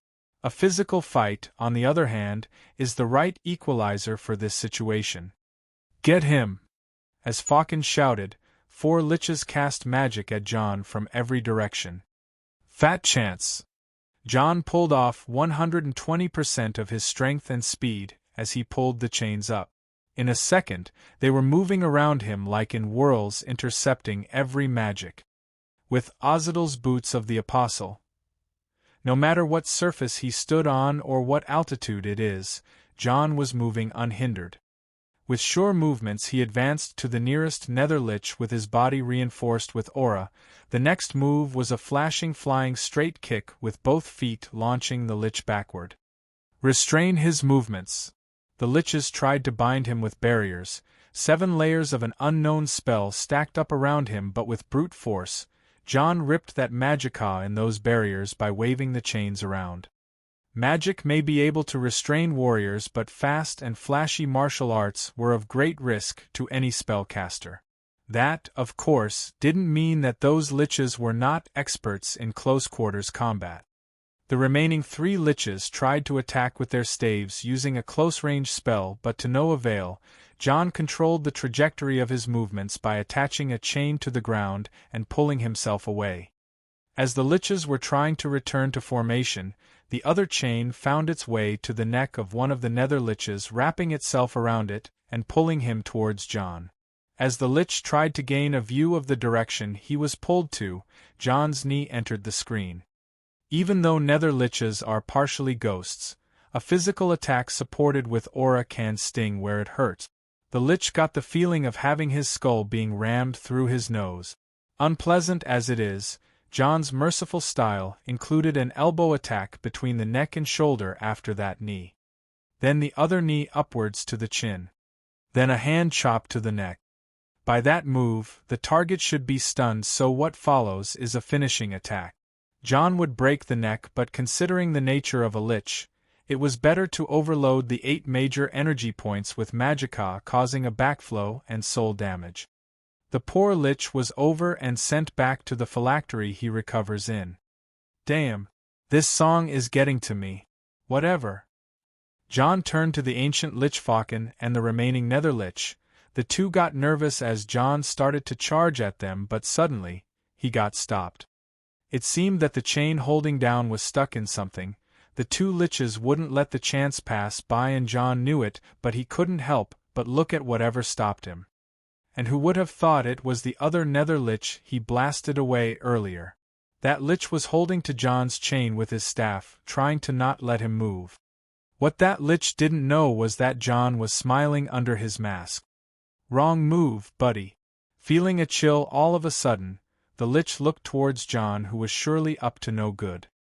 John pulled the chain so fast and descended towards the lich. But forward. Historians never recorded what was the fate of that certain lich, but it was agreed that this was the first lich ever that was killed by a stinkface attack. You know that Rikishi move from WWE? 2 down, 2 to go.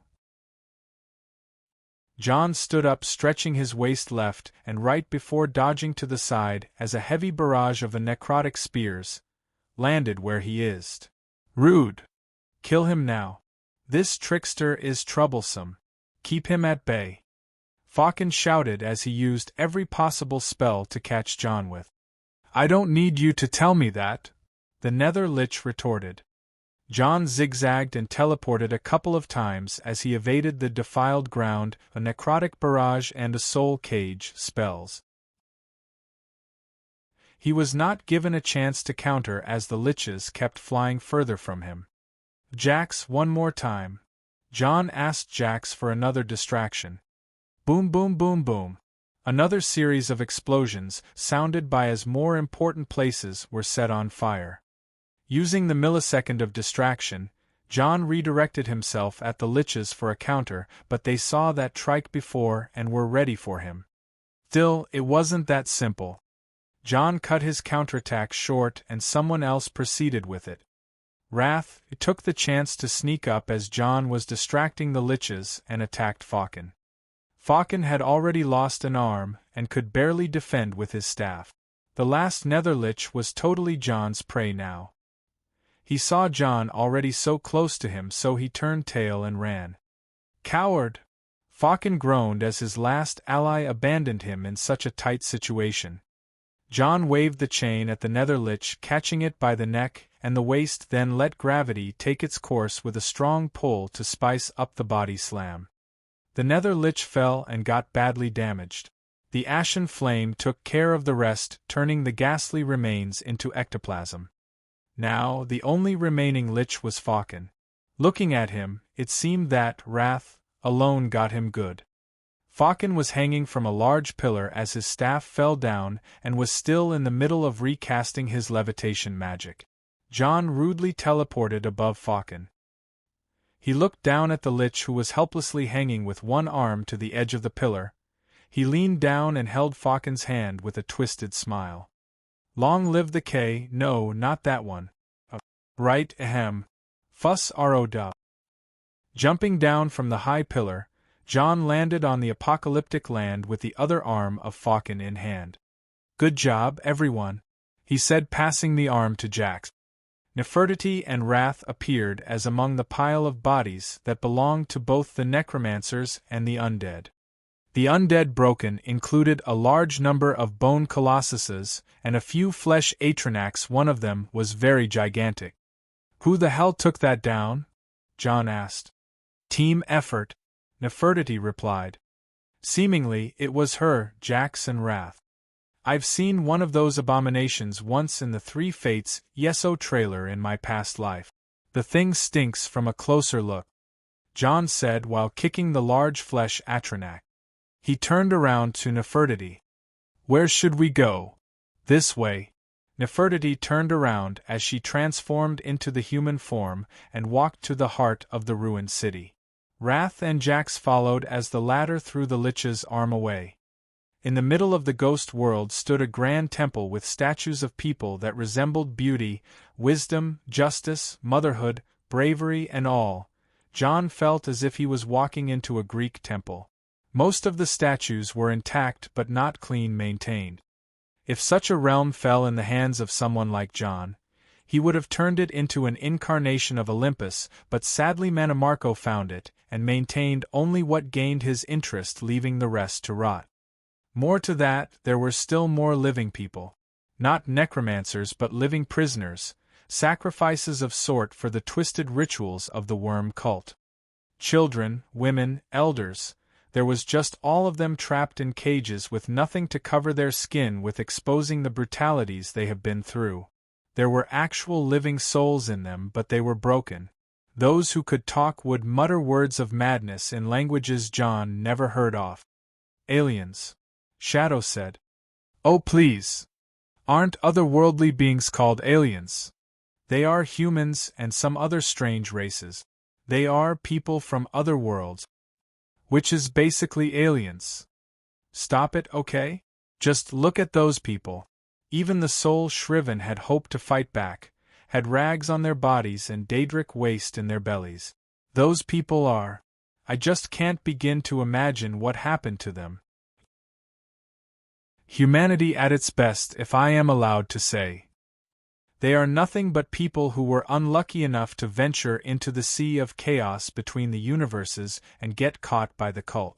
The rifts are the only places where all extraterrestrial species meet after all, just find a way to lure them in. It is sick. And look at you, the hero who stopped the evil cult. As soon as you are done here, the realm will collapse given time. Those people are as good as dead, so you can give them a merciful death if you want to, or give them time to die. No, they suffered long enough. It only took John one click with his staff on the ground for his imagination to be real. Those who were imprisoned for soul extraction died silently and painlessly. Find solace for those who have harmed you have died in pain, and more shall follow. Find home and peace beside those you love. A prayer? How nice of you. I wonder how would they feel if they know that their torture was prolonged only because of your actions that have led their jailers to a better fuel source, leaving them as the emergency backup? And their souls would have ended up as undead puppets forever otherwise. You'll be surprised by the things people like them will trade to end the suffering.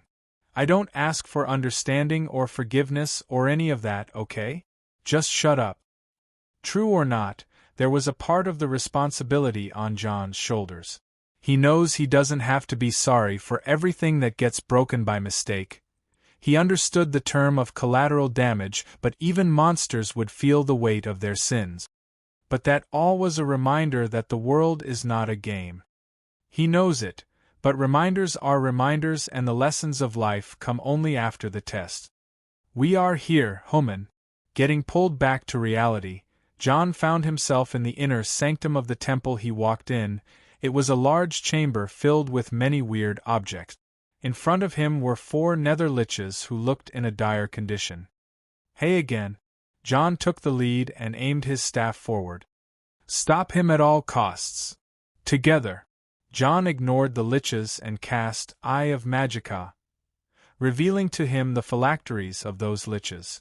A bunch of jars, chests, and voodoo objects were highlighted, and his sight, by the next second, John imagined their destruction, and pride did the work. Whale scream.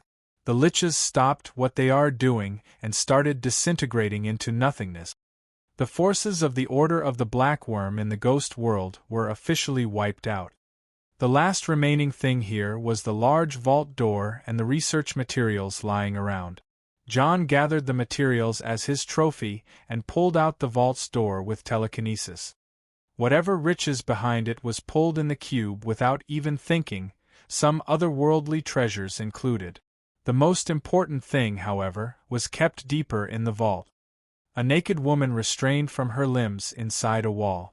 Her beauty was peerless and her silence was soothing. John knew that she is his target. Azura!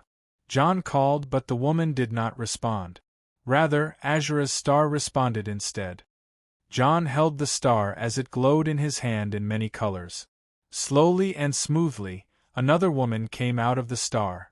She looked exactly similar to the captive woman. Perfect. Another Azura, John said.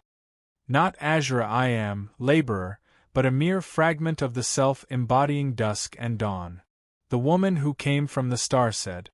Still with the same speaking problem, I see. Apparently, both women are soul fragments of Azura. Soul fragments of the Daedric princes exist in their Daedric artifact. Jon's sin artifacts also have soul fragments of him. The captive soul fragment of Azura is the one who inhabited Azura's star before Jon corrupts it. This fragment was cast away through the voids of oblivion only to get captured by Mannimarco. By using that soul fragment, the ghost world could draw a great amount of power from a Daedric prince and fuel the mass production and maintenance of undead. The free soul fragment of Azura is the one who entered the star to return it to Azura's control. Now that the original one was found, this soul fragment had a job to do. "Wake up," she called. Looking at the captive soul fragment, Jon saw its eyes wide open glaring at him. Without warning, his heart felt like jumping from its place. It was clear that this captive soul fragment is royally pissed at Jon at this moment.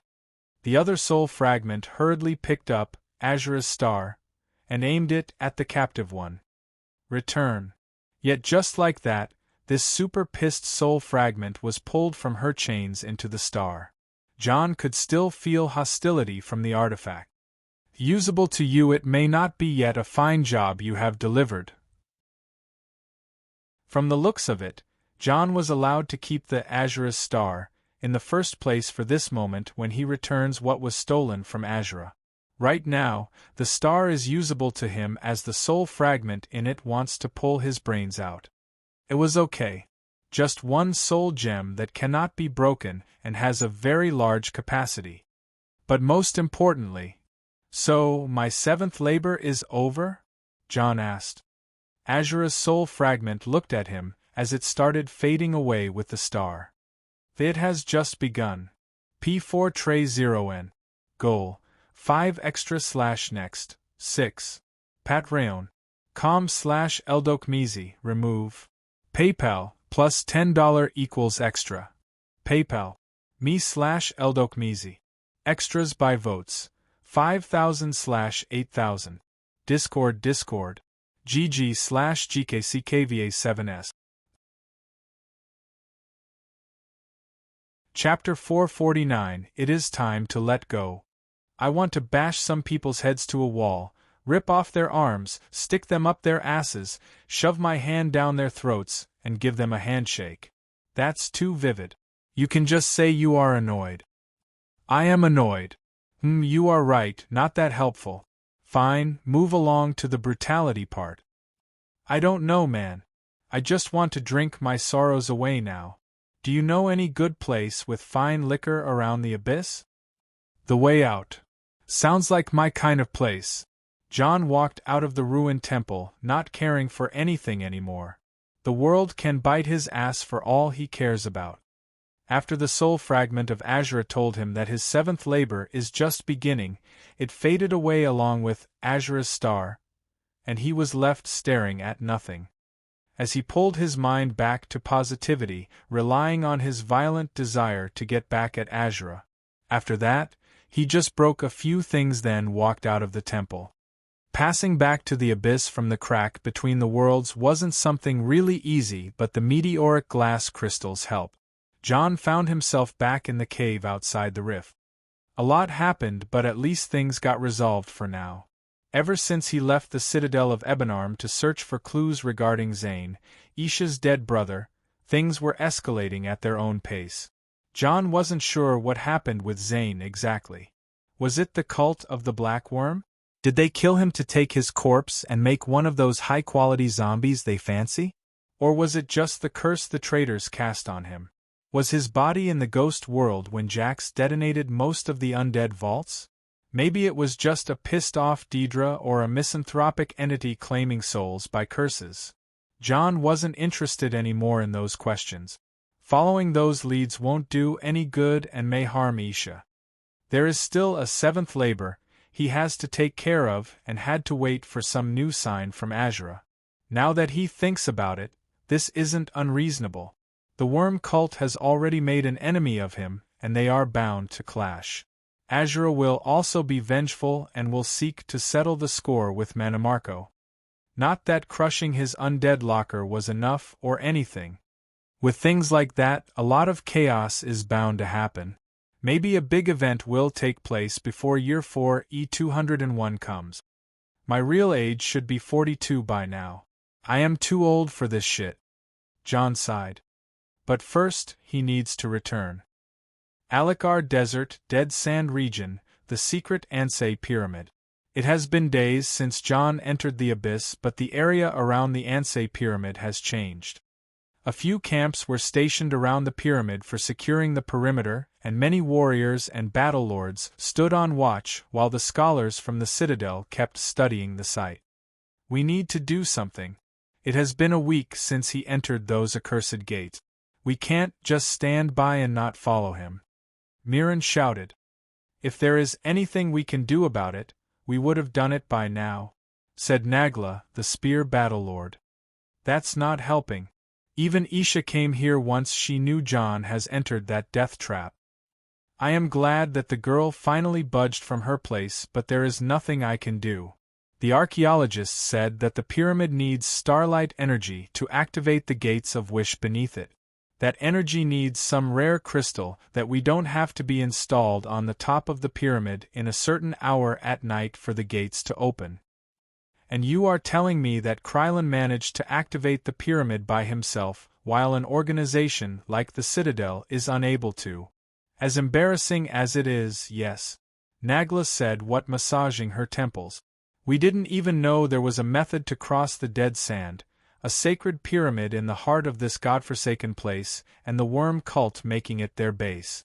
The situation was dire in the face of the Citadel of Ebenarm. To be unable to uncover such facts was a fatal mistake. Who knew what would have happened if John didn't wipe out the work cult with Illander, or what is on the other side of the Gates of Wish? Illander himself was questioned for 2 nights straight just to get to the bottom of what John discovered. It all started with the most ominous name, Sithiz, the snake known as Akel. According to Illander, John believes it is the entity that cursed Zane, and that's a very big claim. After that, the cultists of Bothia claimed that Isha was not tricked and she received the reward for her labor in full. Then somehow, John received a revelation from Azura that led him to the dead sand, and he conquered it after building a bone bridge that resembles a large spine going through the desert.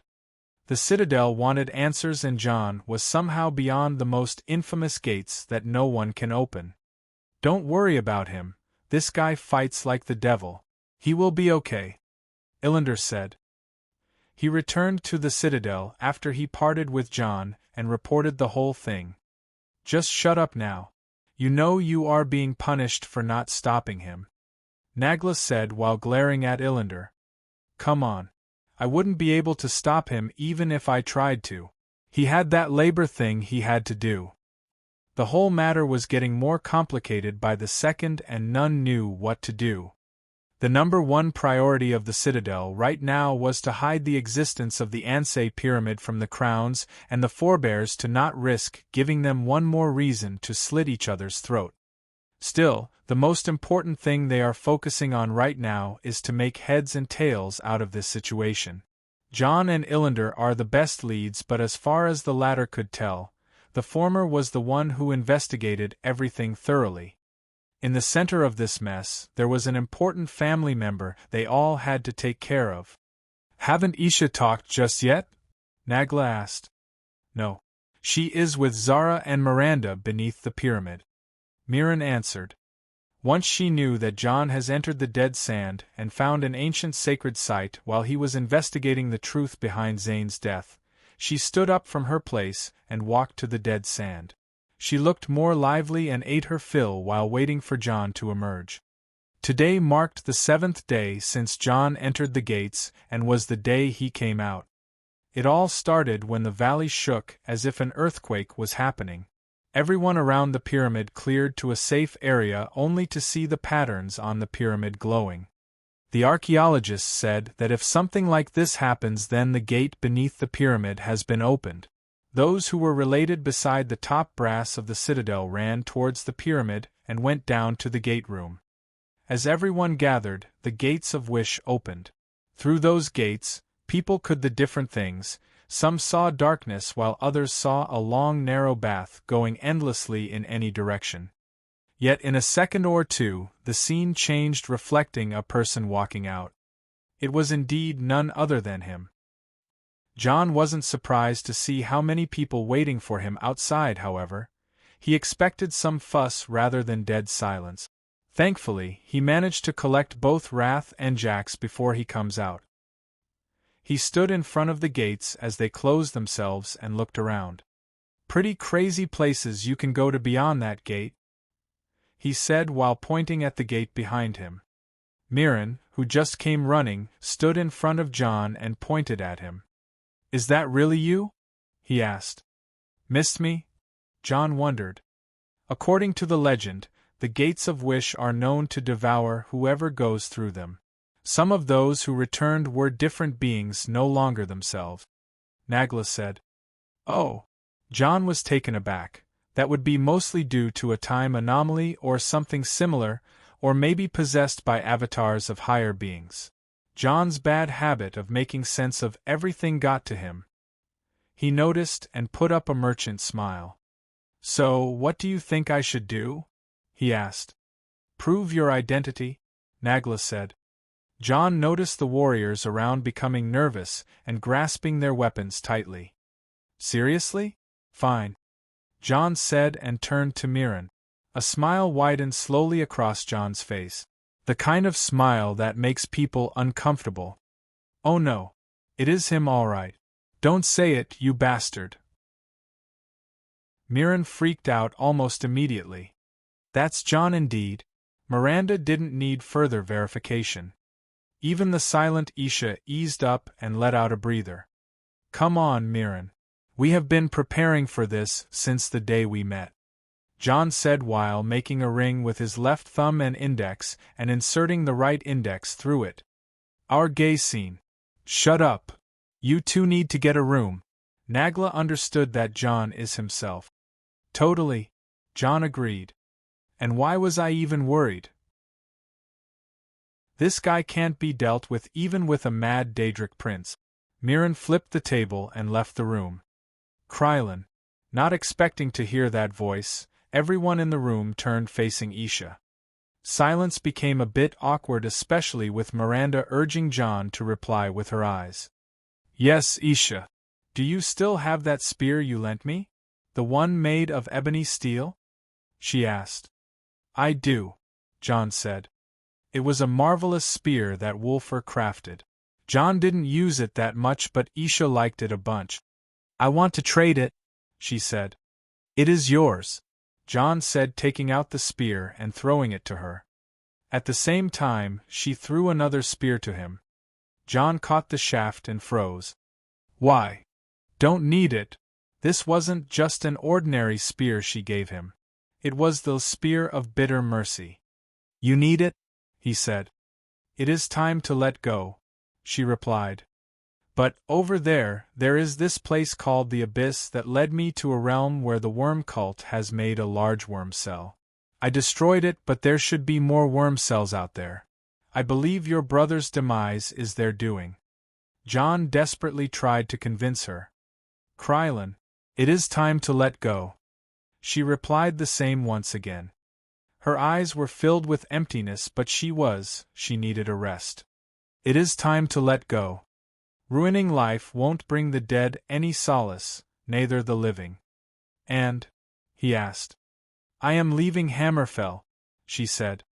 John sighed and looked around. Isha was already wrapping her spear and planning to kick off from where she is. Everything about Hammerfell must remind her of her brother now. She no longer wanted the truth but rather wanted to heal. John has no choice now. After all, wherever she goes his seventh labor. P4 Tray 0N. Goal. 5 extra / next. 6. Patreon. com/Eldokmizi. Remove. PayPal, plus $10 equals extra. PayPal. me/Eldokmizi. Extras by votes. 5,000/8,000. Discord GG/GKCKVA7S. Chapter 450 Desert Wind, 1 St of First Seed, March, 4e 200. Winds can be felt best at the turns of dusk and dawn. They can be gentler or warmer depending on the preferences of those who wish to train in the adeptorium. As the core and inner adeptoriums were to train the disciples of the temple, the outer adeptorium was to train whoever wished to test their mettle or the foreigners who came to practice the general arts of the temple. The disciples were usually called the adepts. The outer adepts were to train in the outer yards to learn how to draw on the sand, harmonize with the wind, foresee the rain, read the storm, sense the sun and dance with the two moons. Such idealism was usually associated with the sophisticated martial traditions of the Desert Wind Adeptorium, one of the 4 famed martial arts schools in Elsweyr. The outer adept Jonia was one of the new additions to the Desert Wind Adeptorium and a very talented one. A large Kajiat always drew a lot of attention with each fight he participated in. Now, he climbed the ranks of the outer adeptorium, reaching the 2nd rank, and is about to challenge the 1st rank, Adept Tamara. Adepts, salute one another. An elder adept commanded the 2 outer adepts facing one another in the fighting circle. The 2 exchanged salutations and were permitted to fight. Jonia is a red-furred Catharat Kajiat. Tamara is also a Catharat with black-spotted golden fur. You are finally after my position, Jonia, Tamara said. Thanks for warning it up for me till now, Tamara, Jonia replied. Fight! The 2 got the signal and moved at one another. Tamara took the chance and delivered her best attack at Jonia, but the latter was very resilient and took her claws head-on while kicking her hip and forcing her to retreat. A juggernaut like Jonia is very hard to push back even for the best outer adept, Tamara. She figured out that to beat his heavy style is by attacking repeatedly and rapidly. Hiya!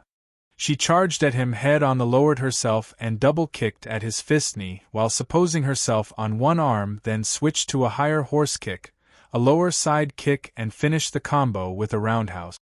As her final hit was about to land, Jonia moved 1 step to the side and 1 step towards her, burying his elbow into her abdomen.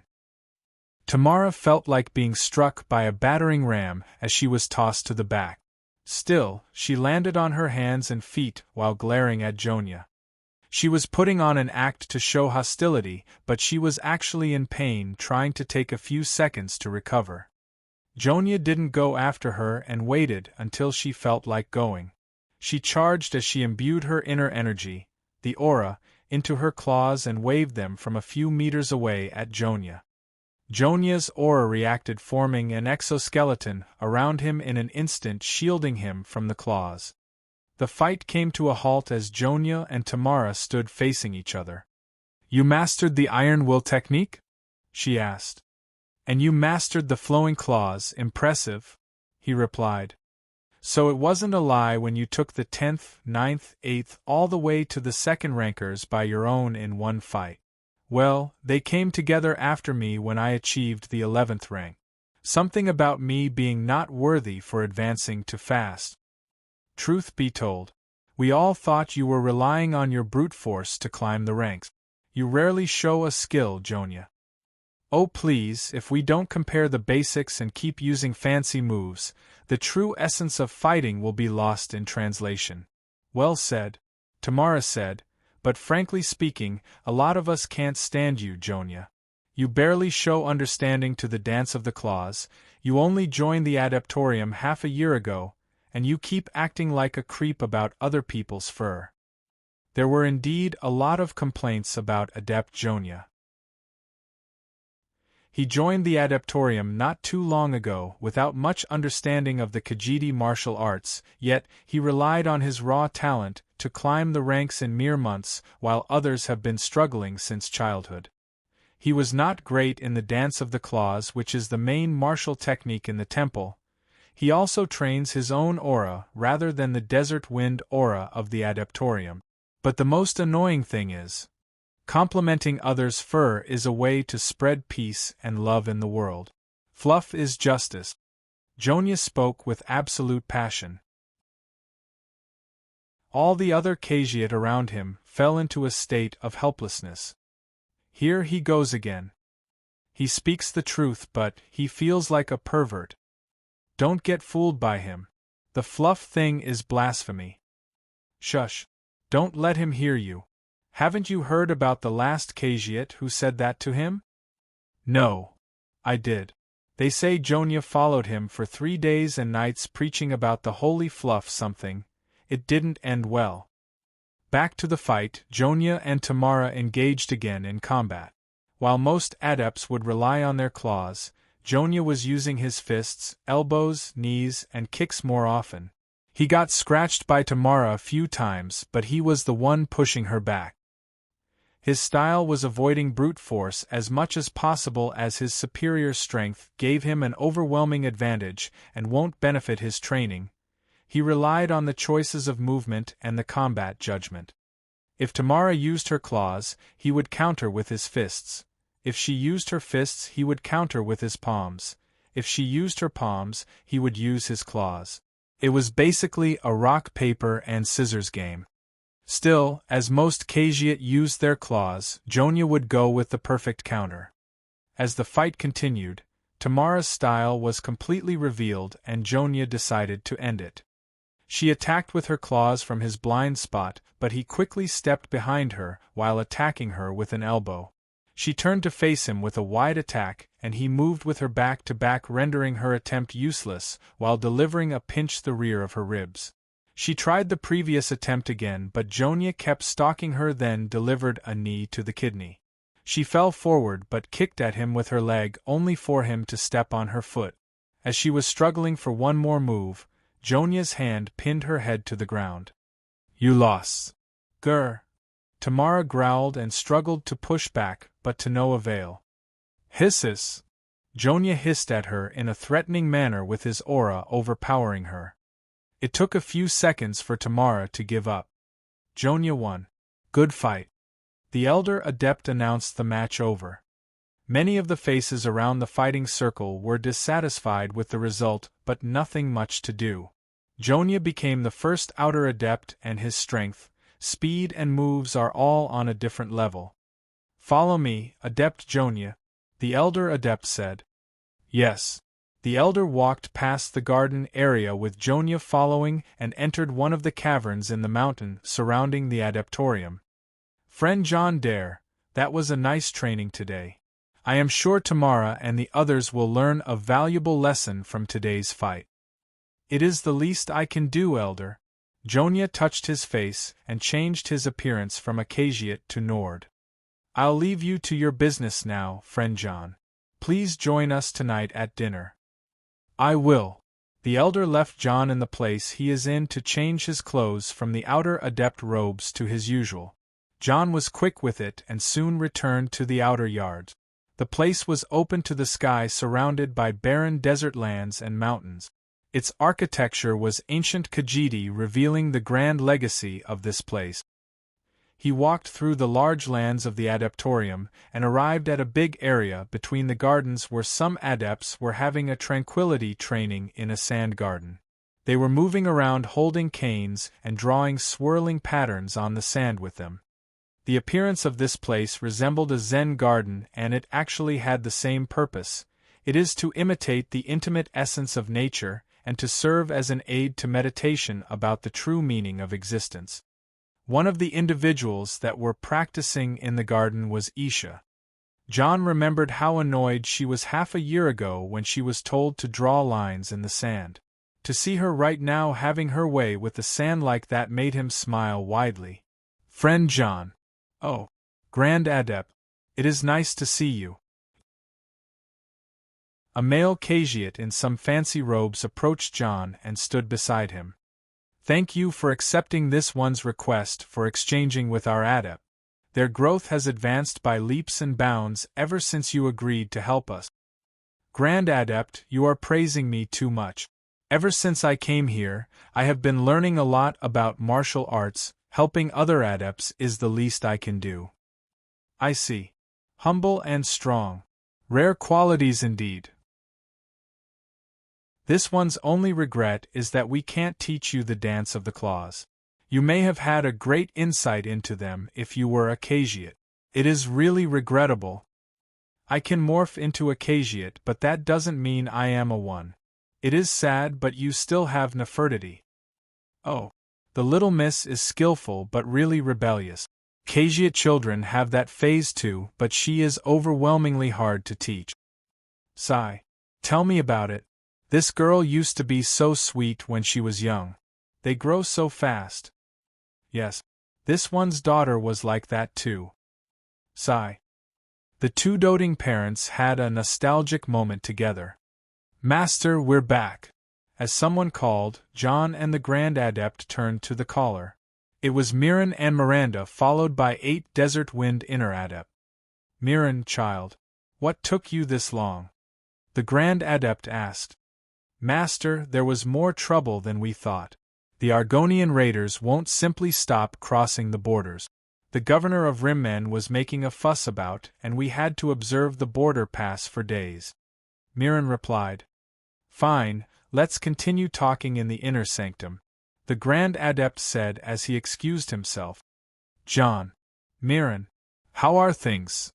Not bad. How are things out there? Not bad. Some troubles are happening in southern Cyrodiil and Black Marsh, so we had to make so we were hired to investigate. It is good to be busy. Indeed. I'll go talk to Isha. Mirren walked away from John and Miranda. And how are you doing? John asked her. Good. Should I tighten the ropes a bit more? Ha. You're enjoying it. It has been more than half a year since the 4 arrived in Elsweyr. The only place that they can stay in was the Desert Wind Martial School, Mirren's and Miranda's home. John has applied to learn from the masters in the temple with the vouching of the Altmaier twins, while Isha was here for escapism and healing. That was 8 months ago. Now, John has learned enough to become a secret mentor and donated some money for the temple to keep his identity a secret. Elsweyr is a territory that belongs to the Aldmeri Dominion after all, and he is one of the most wanted individuals. Ever since the events of the Abyss and the Ansei Pyramid, John didn't have any more progress in his 7th labor. On the other hand, Isha has improved and started to find peace with her life, but never spoke or wanted to hear about labors. And so the days went by. Mirren supported Isha to heal while Miranda got closer with John and kept their kinky play for the night when they are alone. Still, it was year 200 of the 4th era and the time was closing. John was worried about his labors and the time he is supposed to return to Skyrim, but it was all unfolding without him knowing. The undead was marching and the hour was turning to the final labor. P4 Tray 0N. Goal. 5 extra/next. 6. Patreon. com/Eldokmizi. Remove. PayPal, plus $10 equals extra. PayPal. me/Eldokmizi. Extras by votes. 5,000/8,000. Discord. GG/GKCKVA7S. Chapter 451 Trouble in Elsweyr. Elsweyr, a region that lies on the southern coast of Tamriel, and is home to the feline Khajiit. It is divided into 2 major climates: savannas, badlands and dry plains in the north, and fertile lands of jungle and rainforests in the south. Over the ages, many kingdoms ruled over the region, starting with the ancient 16 kingdoms, over to the 2 kingdoms of Anakina and Palatine, then united into the Elsweyr Confederacy, and once more separated in 2 kingdoms in the 3rd Aldmeri Dominion. Elsweyr is bordered by Valenwood to the west and by Cyrodiil to the north and east, with access to Topple Bay and the Patamaic Ocean to the south. The northern half of Elsweyr is the Kingdom of Anakina. The region is dominated by harsh badlands and dry plains, which gave rise to a hardened warrior culture among the local Khajiit that viewed their neighbors to the south as decadent and depraved. The southern kingdom of Palatine being fertile and rich for its jungles, rainforests, and river basins, its Khajiit held their northern neighbors as uncouth barbarians. Palatine is also the seat of the Main, the spiritual leader of Elsweyr. In the northern Anakina, many martial schools were established since ages old. Somewhere near the city of Orcrest, the Desert Wind Adeptorium has long since stood famed for its martial art. This school was established long ago to shelter many refugees of a Khajiit tyrant known as the Golden Beast, who lived in the First Era, so the history of this temple is deep and profound by all means. It was even said that 1,000 years ago, this temple has participated in the fight against the threat of dragons that were unsealed from the halls of the Colossus. John has arrived at the Desert Wind School following his friends Mirren and Miranda, as Isha wanted a peaceful place to stay far from Hammerfell. Elsweyr's north may resemble Hammerfell for the open barren land of endless sand, but it was quite different. 7 months have passed since their arrival, and the days passed slowly and peacefully. Martial arts were something basic in Isha's daily life that didn't make her feel out of place, and to John, it was a new realm to discover and prove his talent in. As for Miranda and Mirren, who are core adepts in the school, that was home. Some Khajiit might find it strange for 2 humans and 2 elves to stay in one of the most prestigious schools in northern Elsweyr, but every story had its origin. For Mirren and Miranda, the 2 were left in the care of the Grand Adept since childhood by their relative. Many secrets involved their origin, but martial artists do not care for politics way much less than mages. The skill of the twins made a lot of elder adepts interested in teaching them despite their inability to learn the claw dance, as they are not Khajiit. For Isha, she was accepted as an exchange martialist from the martial school of the spear from the citadel of Ebonarm. The citadel is famed for its martial tradition, and by being a friend to the Altmaier twins, things went easy for her. The problem was John. He had no martial background and introduced himself as Krylin, a humble mercenary. He even revealed his face as a Nord and revealed his name to the Grand Adept to be John, nothing more nothing less. This was a bit strange, for Nords are enemies to the Dominion which Elsweyr is part of and are rarely sighted in the Badlands of Anakina. Still, John managed to earn a place in the Adeptorium. How? Money. As a walking coffer of gold, John has experimented on many the best methods to find his way to power. Bribes were merely the beginning, as money can be spent under many forms, in many images, and for many more reasons than anyone can imagine. Charities, alms, gifts, donations, offering, and even buying and selling. One must learn his way around all those methods to be acceptable in every situation, location, and duration. Seeing how well John managed to find himself a place in the school, Isha started calling his money the blood money. She wasn't wrong though. During the last half a year, John has gone on a lot of bounty hunting quests issued by the government of Anakina and begged the garrison quartermaster many times to give him the permit of hunting the infamous criminal John Dare, but that permit was ranked as the highest difficulty. Khajiit understands how eager you are, but this mission is suicide. It would pain Khajiit to see one with potential die in vain. You are one of the good ones after all. That's how the garrison quartermaster replied. If only he knew well, that's a story that is unlikely to happen.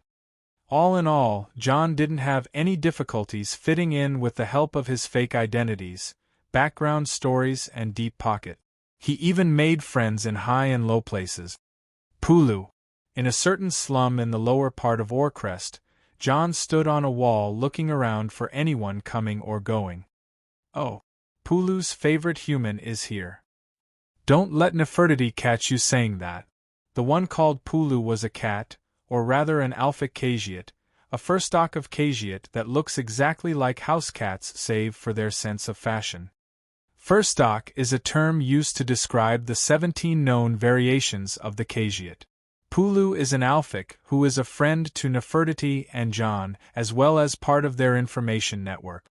Brought you some moon sugar. Rare quality, John said as he passed a pouch to Pulu. Always a pleasure working with you. Pulu snatched the pouch, hid it behind the wall, then returned to John. Now, what do you want to know from Pulu? John thought for a while, then asked. The situation in Skyrim, how is it? Pulu is not usually interested in far sands, but Pulu thought you may ask, so we snooped around for a bit. And there is a rebellion going on. Some governor decided to take on the imperial authorities, and the king of Skyrim is mediating for peace. Pulu said. So it finally started.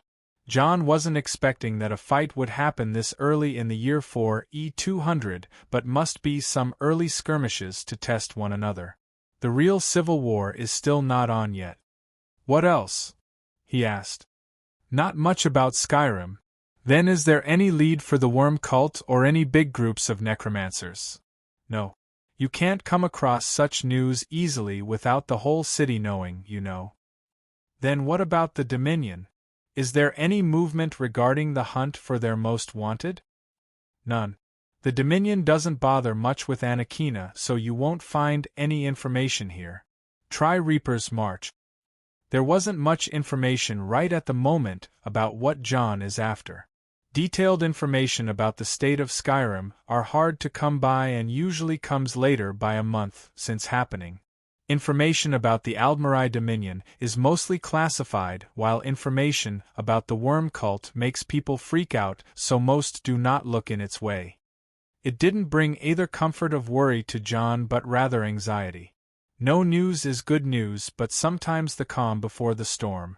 Whether he liked it or not, the only thing he is capable of is to go back and sharpen his nails and teeth for the next adversary.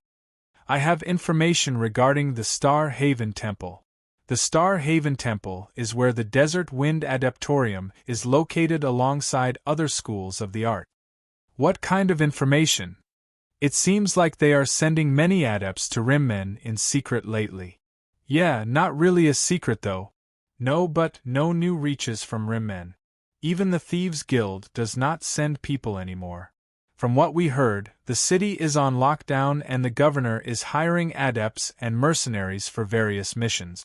Some say it is related to the many Argonians refugees locked in the border pass.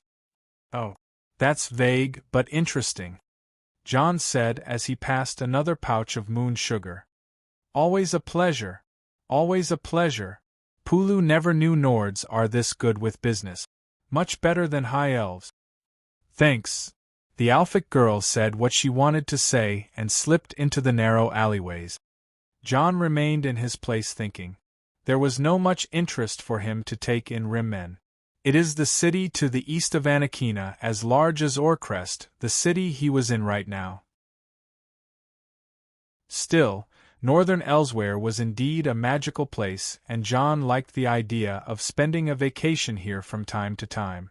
The deserts were not as dry and deadly as Hammerfell, with many mounties providing shade and covered all over the canyonlands. The night sky of Elsweyr was way more beautiful than the north of Tamriel, where the night was seen as a symbol of terror. The two moons Maser and Secunda appeared very clear in the sky, more than ever lightening up the night sky. Elsweyr wasn't just a beauty in its nature but also in its architecture and culture. The warrior monks and adepts were among the friendliest people John met, and the cities and buildings were straight out of a fairy tale. The savanna wood triangular roofs with pointy ends on the heavily decorated yellow sandstones mixed with the green gardens surrounding buildings and the rose-colored flowered climbing these walls, the image was just fantastic. Even cities like Orcrest were built on a hill with high stone walls that were decorated to tell historical tales and carried many statues for many heroes of the Cagiate. When this is all over, I may think of having a mafia boss villa in the wild on some mountain near this city. It will be worth it. While having his dreams of the future, John noticed a Thalmor patrol coming his way. Without much thinking, his instincts from the days of Riften kicked in, and he changed his direction many times to lose any tail while keeping the Thalmor within his perception. From here, the Nord was walking this way, a Cagiate Dagi boy said while leading the Thalmor inside the slum. That's good. A Nord will suffice to cover up for the prisoner who escaped. This way the commander won't have our heads. A Thalmor whispered to another. I don't know. I just don't like it. The prisoners transported from Rimmen are all like. I don't know how to say it. I think a Nord will stand out a bit too much, especially if he made a fuss. The other Thalmor replied. Don't worry, we only need to break his legs, saying he tried to escape, and knock him out or poison him. He will look like the prisoners this way. TSK. Those filthy outsiders. They run to us when things go south, their useless empire is even doing nothing. No one can do much on the borders, you fool. Those Argonians who fled through the empire came to us with their filth and disease. They even transferred that illness to the other humans and elves. We had to kill every last one of them lizards, just to keep it clear. That's why we are moving on the borders with an excuse to contain the disease. Then just kill the humans. Why take them prisoners and risk the whole thing? The commander said that races react to disease differently in most cases. Having a lot of specimens will help the healers know what disease is this faster. What a pain, let's just find the Nord and get going. The conversation went on, but John learned a whole lot. A disease outbreak in Rimmen coming from Black Marsh through the Empire, Thalmor activity, arresting the refugees, and an infected on the run. It all started to remind John with what happened in Morrowind during the Sixth Labor when they and the old woman stopped an outbreak Narses. More to that, Mirren and Miranda were dispatched to Rimmen once, but they didn't say anything about a disease. It was just an escorting and security job. Seems like all the fun is in Rimmen. Can't possibly miss that out, can I? John thought. He took out a mirror, fixed his by a transformation potion, and made a telepathic call to Nefertiti to prepare things. He then walked out of his hiding. Hey shitheads! Looking for me? P4 Tray 0N. Goal. 5 extra / next. 6. Pat Rayon. com/Eldokmizi. Remove. PayPal, plus $10 equals extra. PayPal. me/Eldokmizi. Extras by votes. 5,000/8,000. Discord GG/GKCKVA7S. Chapter 452, The Cursed Disease. Double Chapter. Daily plus Extra. Part 1. The plan was to take a patch of prisoners from different races and ages to study the disease that struck the border area. Due to the variety of symptoms that appeared, the dispatched medics couldn't figure out what sort of disease they are up against. But when the Dominion soldiers escorted some of the refugees to a Thalmor camp near the infection site, one of them escaped and the Thalmor sent people after him, hoping that the infection doesn't go widespread. Yet due to the nature of the mission, it was impossible for a normal elf or a Khajiit to find someone who escaped in the middle of the Scar, the desert in the south of Anakina Kingdom. That's why those soldiers stopped at the nearest city, which happened to be Orcrest, and looked for any convenient person to grab as a substitute for the prisoner. And lo and behold, a human. And not just a human, but a Nord, the kind of humans high elves dislike the most. Catch him! A soldier shouted. No. They are coming at me. John screamed frantically and started running around aimlessly. The Thalmor soldiers gave a chase and surrounded him. Now! As they hopped on him at once, John started waving his arms around. Leave me be! Perverts! Help! It was safe to say that there was no winning side in the fight. They hit John with their batons and John punched around like a child. One baton hit John's elbow and caused his nerves to react unintentionally. His arm bashed the man that hit him in the gut. The man felt a sweet taste in his mouth as his guts were squished, and he fell on his knees with teary eyes. John and the others stopped what they were doing and looked at him. The man felt his image was getting ruined, so he smiled casually. Just an upset stomach, carry on. Beat him up. The fight returned once again with the Thalmor soldiers running after John to beat him with their batons and John waving his arms around. Still, many got their guts squished, their balls kicked, their eyes poked, their feet stumped on, and suffered a lot of bruises. In the end, they caught John. You can't do this. I have my rights. Shut up. My lawyer is called Karen. She will come and deal with your manager. Take him out of here, the captain of the soldiers said as he locked John in steel wagon. Looking behind him, the captain saw his soldiers lying on the ground in a sorry state. Oriel, it is over. This was so hard. I thought I might see my ancestors. Did we really catch him? I feel like it is the other way around. Stand up, you lazy twats. We are transferring the prisoner back to the camp. The captain shouted at his subordinates as he tried not to limp until he reached his horse.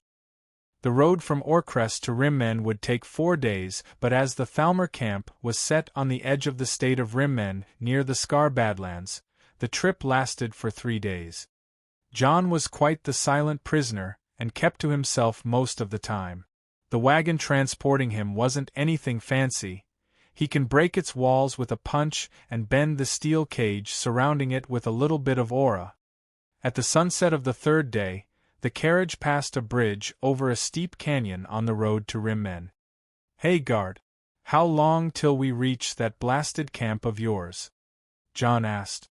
Look who is speaking. Why do you care, Nord? You are dead as soon as you arrive. Lady Wendlin is going to dissect you as soon as she gets her hands on you. The wagon driver said. True, I once saw her gut an imperial. She cut his chest and stomach open like a Y letter, and took everything out, then started studying it. By Mara, it gave me nightmares. Those justiciars can be weird. Another guard confirmed. It is called forensic pathology, dimwit, John replied. Foreign what? Forensic. For your simple minds to understand, it is the science of opening people up to figure out what killed them. Humph. Shut up, Nord. What is a northern monkey like you know of the ways of the elves? The captain hit the wagon with his baton to scare John. You don't believe me, Captain? Fine, if your forensic pathologists are as good as you claim, then they won't find it hard as they figure out that you died from inner bleeding and that guy over there died from choking. What are you saying? Also, we don't have monkeys in the north. With the last word he spoke, John's staff appeared on his hand and spells started flying in every direction. The captain got paralyzed as he fell from his horse with his face twisted with pain. His second-in-command started choking, the wagon driver bled from his everywhere, another guard turned pale as he started freezing, so on and so forth until every Thalmor soldier died to a different cause. I will be very interested in seeing your forensic report one day, John said as he walked out of the wagon by teleporting. I don't think they will examine some low-leveled soldiers, especially when they are short on hand, a voice replied from the end of the bridge. John turned around to see a brown-skinned woman in a hippie sense of fashion and a girl in a gothic black dress. It was a weird combination but a welcome one nonetheless. Isha Nefertiti, I assume that your journey was fast, John said. Faster than you at least. We have been here for a day and recon the area, Isha said. Sorry for being late then. I was extracting some information from those dead gentlemen. That's an understatement. You overkilled them, man, Isha said while poking a corpse with the end of her spear. Did you catch the infected man who ran from the Thalmor? John asked. Yes. He was dying, but we managed to get some answers from him. I put him to mercy afterward, Isha replied. So what did you find? A few Thalmor camps packed with infected refugees. Imperials, Khajiit, Orcs, and Argonians with a mix of other races in small numbers. The disease seems to have come from outside Elsweyr through the borders, which explains the number of Imperials and Argonians. The nature of the disease is still unknown, Isha said. Interesting. What are you interested in? Did you find out something? Nope. Absolutely nothing, John replied with a psychopathic smile. Isha and Nefertiti felt something was going wrong. What is going on? Isha asked.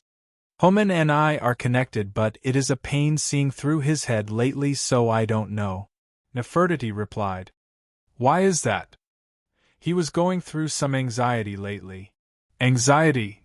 John looked at the two and smiled. Don't you get it? After 8 months of silence, there is finally something. John explained. What do you mean? My labor. It was on hold for a long time. 8 months with no accidents, no trouble, everything is peaceful and no problems at all. Isn't this a good thing? Isha tilted her head. What? No. I have been stirring up trouble for 8 months straight for my labor to continue and finally, a sign. To the overexcited John, Isha let out a deep sigh. Cat, do something to your homin or whatever. Leave me out of it. In these times, we better watch from afar as he does his thing. As the two started complaining about him, John butted in. Ladies, focus. We have a disease outbreak. We need to investigate. I have too many plans and expectations, so let's work hard. He said. Do like me, Isha. Yay. Go for it, Homin. Nefertiti said. Yay. We believe in you. Isha copied Nefertiti. Fine. I don't want your help. Where are Miranda and Miran? With the rest of the adepts in Rimmen. They investigate in secret as their usual. Isha said. Good, Rimmen is our next stop then. Rimmen is found in the greater region of Anakina, which is known for its harsh deserts and dry savannas. However, Rimmen is found in the Rim territories, where the grasslands are more somewhat vibrant and lively. Rimmen is a large walled-off city with water canals and domed buildings built from ivory-colored stone and lush tropical greenery. The canals get water from the aqueducts that span across the kingdom of Rimmen. In the city, they empty in the town square, into relaxing pools of water where several people pass the time to relax and meditate. However, today was no such day.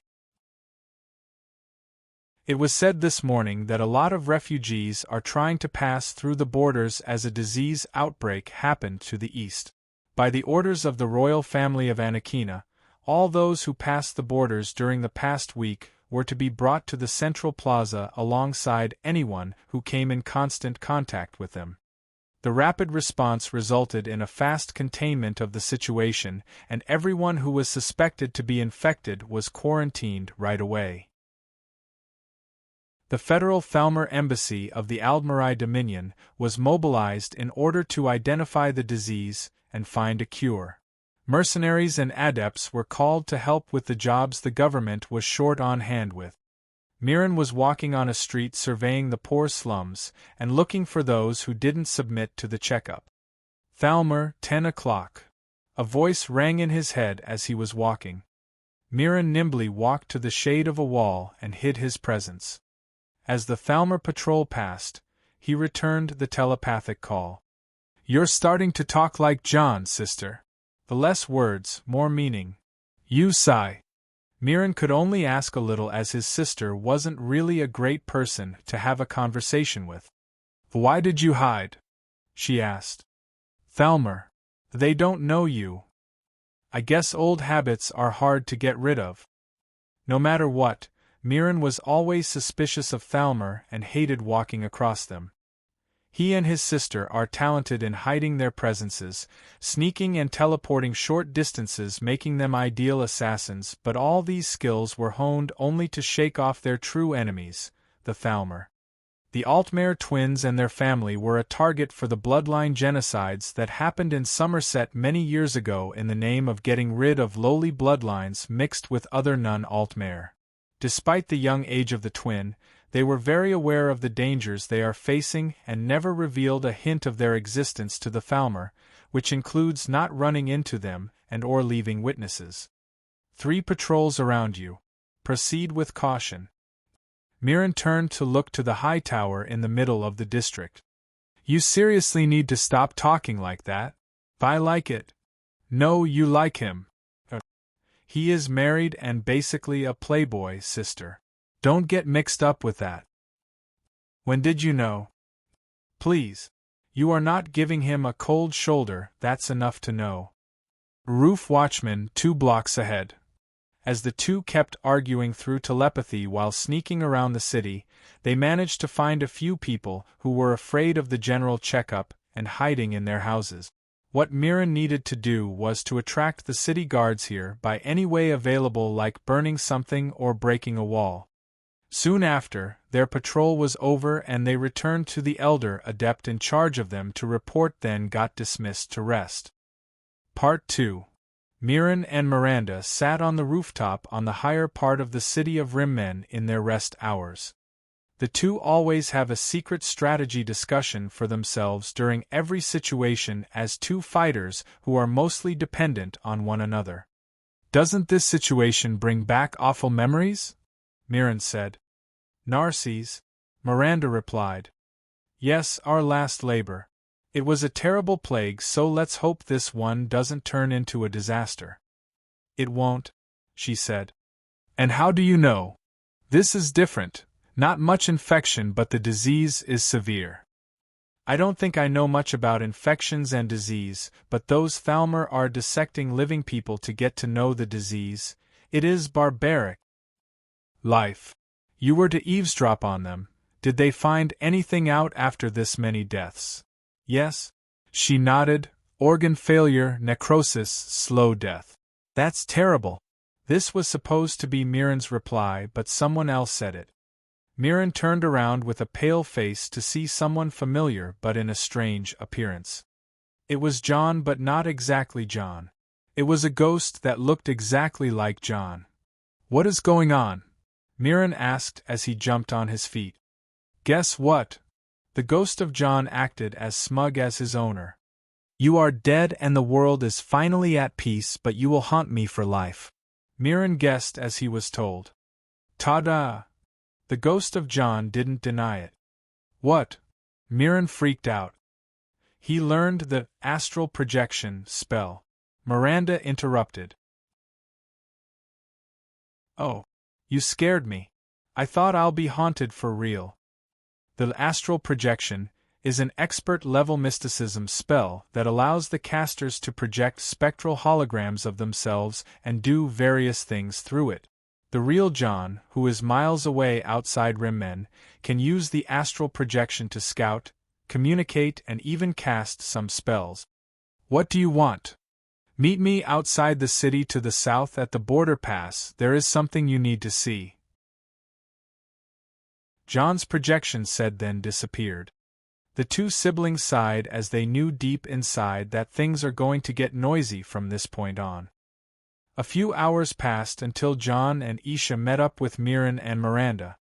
The four briefed themselves with the situation on all fronts and made a plan to look around. "So, you said you found out something." Mirren spoke to John. "Right. Here, take a look." John passed his spyglass to John. Their location was on a hidden area near the mountain range that separates Elsweyr from Cyrodiil south to Rimmen. They had a great view of the encampment of the Thalmor blocking the road to the border pass. "What am I looking for exactly?" Mirren asked. "Do you see the refugees imprisoned in cages?" "Yes." "Did you notice what they are?" "Diseased poor folk." "Come on, you can do better." Mirren looked once again but didn't spot anything strange. Isha used her aura to look further while Miranda took the spyglass from Mirren. "Aha! I see. So I am the idiot here." Mirren was dissatisfied with Isha's and Miranda's responses. "I was just teasing you. I don't know what's wrong either," Isha said while winking at him. "Thanks, that sure made me feel better," Mirren said in self-mockery. "There are Argonians," Miranda said. "There are Argonians and they are very sick," Miranda said. "Bingo!" John agreed with her. "And?" Isha questioned. "Argonians have a natural resistance to all sorts of diseases.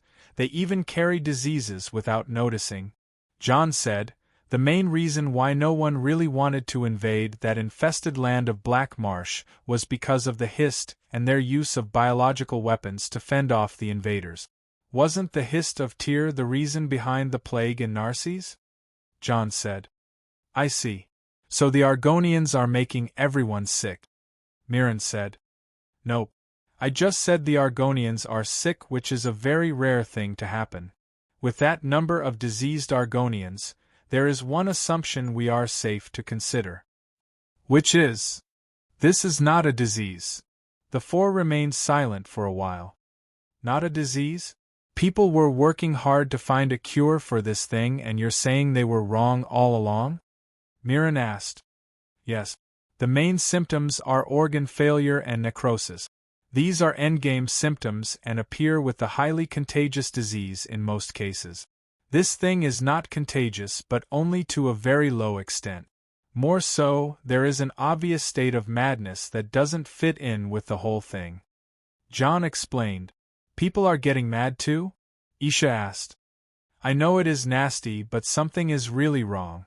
So, based on my educated guesses, I would say it is a curse. John said. Why? Mirren asked. Because no mage is infected.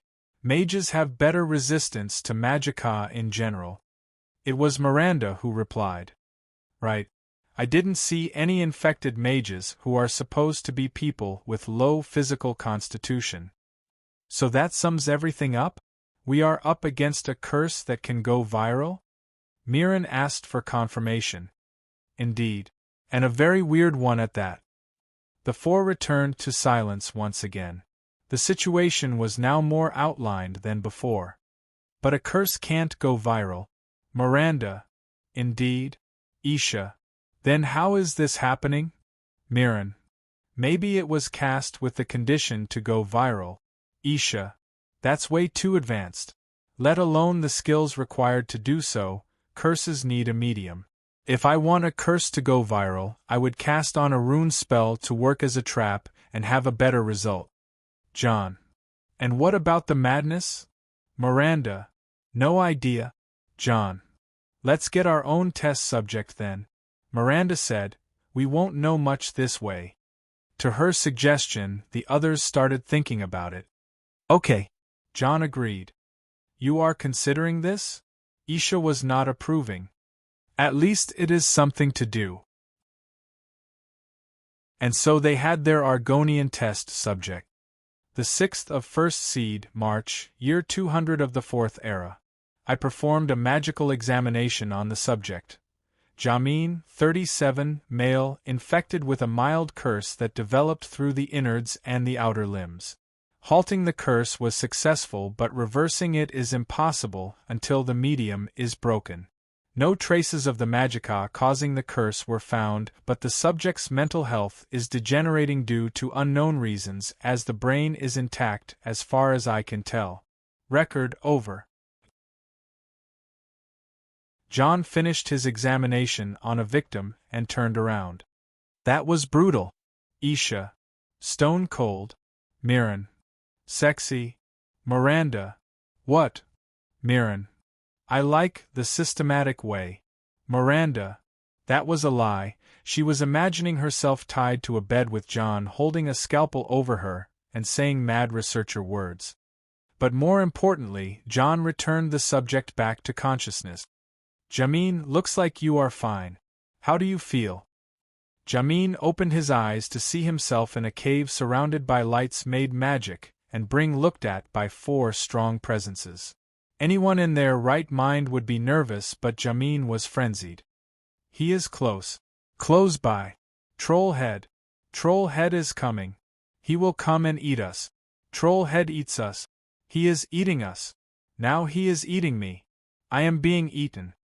Jamin kept going in a frenzy and John wasn't being able to calm him.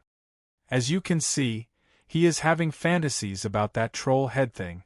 This madness is not natural. John said. Meaning? According to what I know, the madness that gives such a deep insight is not some mental failure. They were driven mad, but that is not a part of the curse. Whoever it is, he is my uncle's favorite errand boy. Oh please, don't remind me, Isha said as she massaged her head. Troll head. He is eating. I am eating. No. Being eaten. I am scared. Mommy. Help me. Help. Seeing an adult cry for help in such a desperate situation, even John felt sympathy for the Argonian. The curse and that madness are making each other worse. Hey Jamin, when did Trollhead find you for the first time? John asked. Trollhead? You know him? You are his friend? Please, I'll tell you all I know. After a few attempts of making heads and tails of what the Argonian was saying, John came to the conclusion that Trollhead is the person who cast the curse. The purpose is unknown, but the suffering is real here. There were also more details. According to Jamin, the Trollhead came out from an old ruin, and wherever he passed, the curse followed. So it was undead that appeared first in Black Marsh. Mirren concluded. Or a necromancer. Who knows? John added. The important thing is the whereabouts of the one behind all this, no matter the identity, Isha said. Mad people can't answer too complicated questions, Miranda said. In this investigation, every step they took was hindered by more mystery and would take too long to figure out what to do next. But John had the right idea on what to do next. If you want to understand a madman, you need a madman who can understand madmen, John said. John stuffed his hand into the cube and recovered something. He did so, then ran to the forest beside the cave they stayed in, followed by his companions. What are you doing? Mirren asked. He is here. Watch but never learn, John replied as he looked with excitement around the forest. What he held in his hands were yarn rolls with various colors. He took the end of each yarn and started throwing them around all over the place. The scene was strange, but it wasn't the first strange scene today. Anyway, the yarn rolls went deep in various directions. John sat in front of them and patiently waited. It was a minute later when a yarn thread reacted. John held it right away and started pulling. What is that? I am fishing or catting. Catting is a really nice verb. As he said so, the yarn thread came to an end and what John cat appeared. It was a cat, or rather a Cageate alfic with gray fur and black stripe. The alfic was entangled in the yarn thread in every impossible way. What is that? The yarn is coming to life. My oh my, this is a new one. I am excited. So exciting, let me hold you. Here, and here too. It is everywhere. It feels weird and nice. Weird and nice. I like it. Hey, stop dragging me. The alfic Cageate said in a dramatic tone. John looked at him and coughed. HM? Is it you? Who are you to summon me? Wait, the cat looked at John with curious eyes. Aren't you this mortal? My mortal? Wait, what are you doin'?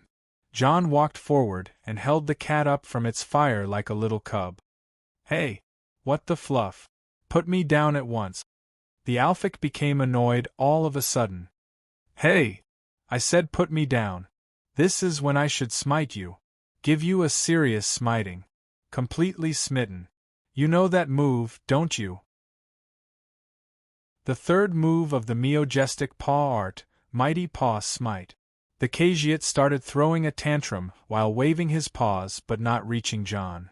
John sighed before calling the man. What's up, Uncle Sheo? P4TRE0N goal, 5 extra / next, 6. Patreon. com/Eldokmizi, remove. PayPal, plus $10 equals extra. PayPal. me/Eldokmizi. Extras by votes. 5,000/8,000. Discord. GG/GKCKVA7S. Chapter 453, Dealing with Sheogorath. Some of you are cringing cause Sheogorath appeared as cat, thinking I am taking things hardcore with catticism again. Truth is, in Elsweyr, they have a god for madness and skooma called the skooma cat, Sheogorath. That's all in the lore. Check YesoQuest, The Lunacy of Two Moons, where he makes an appearance.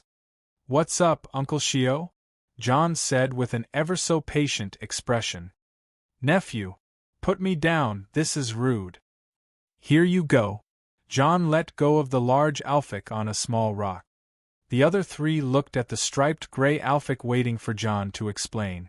This was, after all, that very infamous uncle they heard about. What are you doing here, nephew? Cheese hunting? Wine surfing? Oh wait, don't tell me you are mushroom hopping? No, no and no. You know me, uncle. I try to keep original in my work. Right now I am trying to figure out how to kill a bunch of people in a unique way each. Oh, that's a nice idea. Can you make one die from excessive cheese eating? You mean dipping people in liquidated food? You know what, this is actually a good idea. We can make all kinds of soups then dip people in and see which kills faster. My money's on the tomato soup. I will go with melted cheese. You'll lose miserably. Getting dipped in melted cheese is the very definition of heaven. Try a tomato soup. The two were getting along in an instant despite the dumbfounded faces around them. But that didn't last long as the two noticed someone staring daggers at them. It was a black cat that appeared on John's head and seemed very annoyed. You should shapeshift? John said. Wise idea. The Alphix struggled as he started to take another form while being entangled by all the yarn around him. In the end, he took the form of an elderly Breton gentleman with a particular appearance in a pink brocade suit, still entangled in yarn. It's me. Bet you didn't know that, did you? All surprised now, I see. Sheogorath looked at the ones around him and said with a proud face. Other than Nefertiti, who was cringing, the others didn't know whether to act surprised or cringe. This particular Daedric prince can be brutal if he was displeased. Act as if your boss said a joke. John gave a pro tip as he noticed the ones behind him being in a dilemma.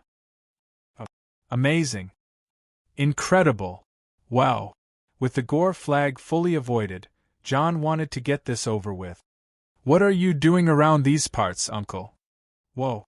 Straight to the point, aren't we, nephew? Don't you want to play a game first with your old uncle? Something is telling me we are going to play whether I liked it or not. You understand me well, nephew. And with many lives at stake. You really understand me. Here's how it goes. I'll go catch some mortal playthings and throw them in the air. You must shoot them before they drop dead or you'll lose. Sheogorath said. Nope. You can throw people all the way to Daggerfall for all that you care about. It won't be fair. You want a Daedric prince to play fair. I want to play fair because if you don't play fair, I won't play at all. Good luck tossing mortals around on your own. I'll go toss mortals with my friends someplace else. Okay. How about this one, a music contest with mortal corpses? Says the man who discovered music by using some woman's vocal cord. Fighting contests. Says the man who won against the fiercest beast Herson made by a little chick. Sparrow. You know him? He became a large rock later on, but that's not in the story. Fine, what about a nightmare contest? Both you and I know that you wiped the floor with Vermina last time you two played that. Catapult racing. Too high. Tunnel spooning. Too low. Dragon riding. Too early. Dwemer hide and seek. Too late.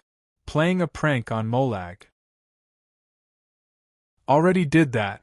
Playing a prank on Dagon. Did that as well. You played a prank on Dagon.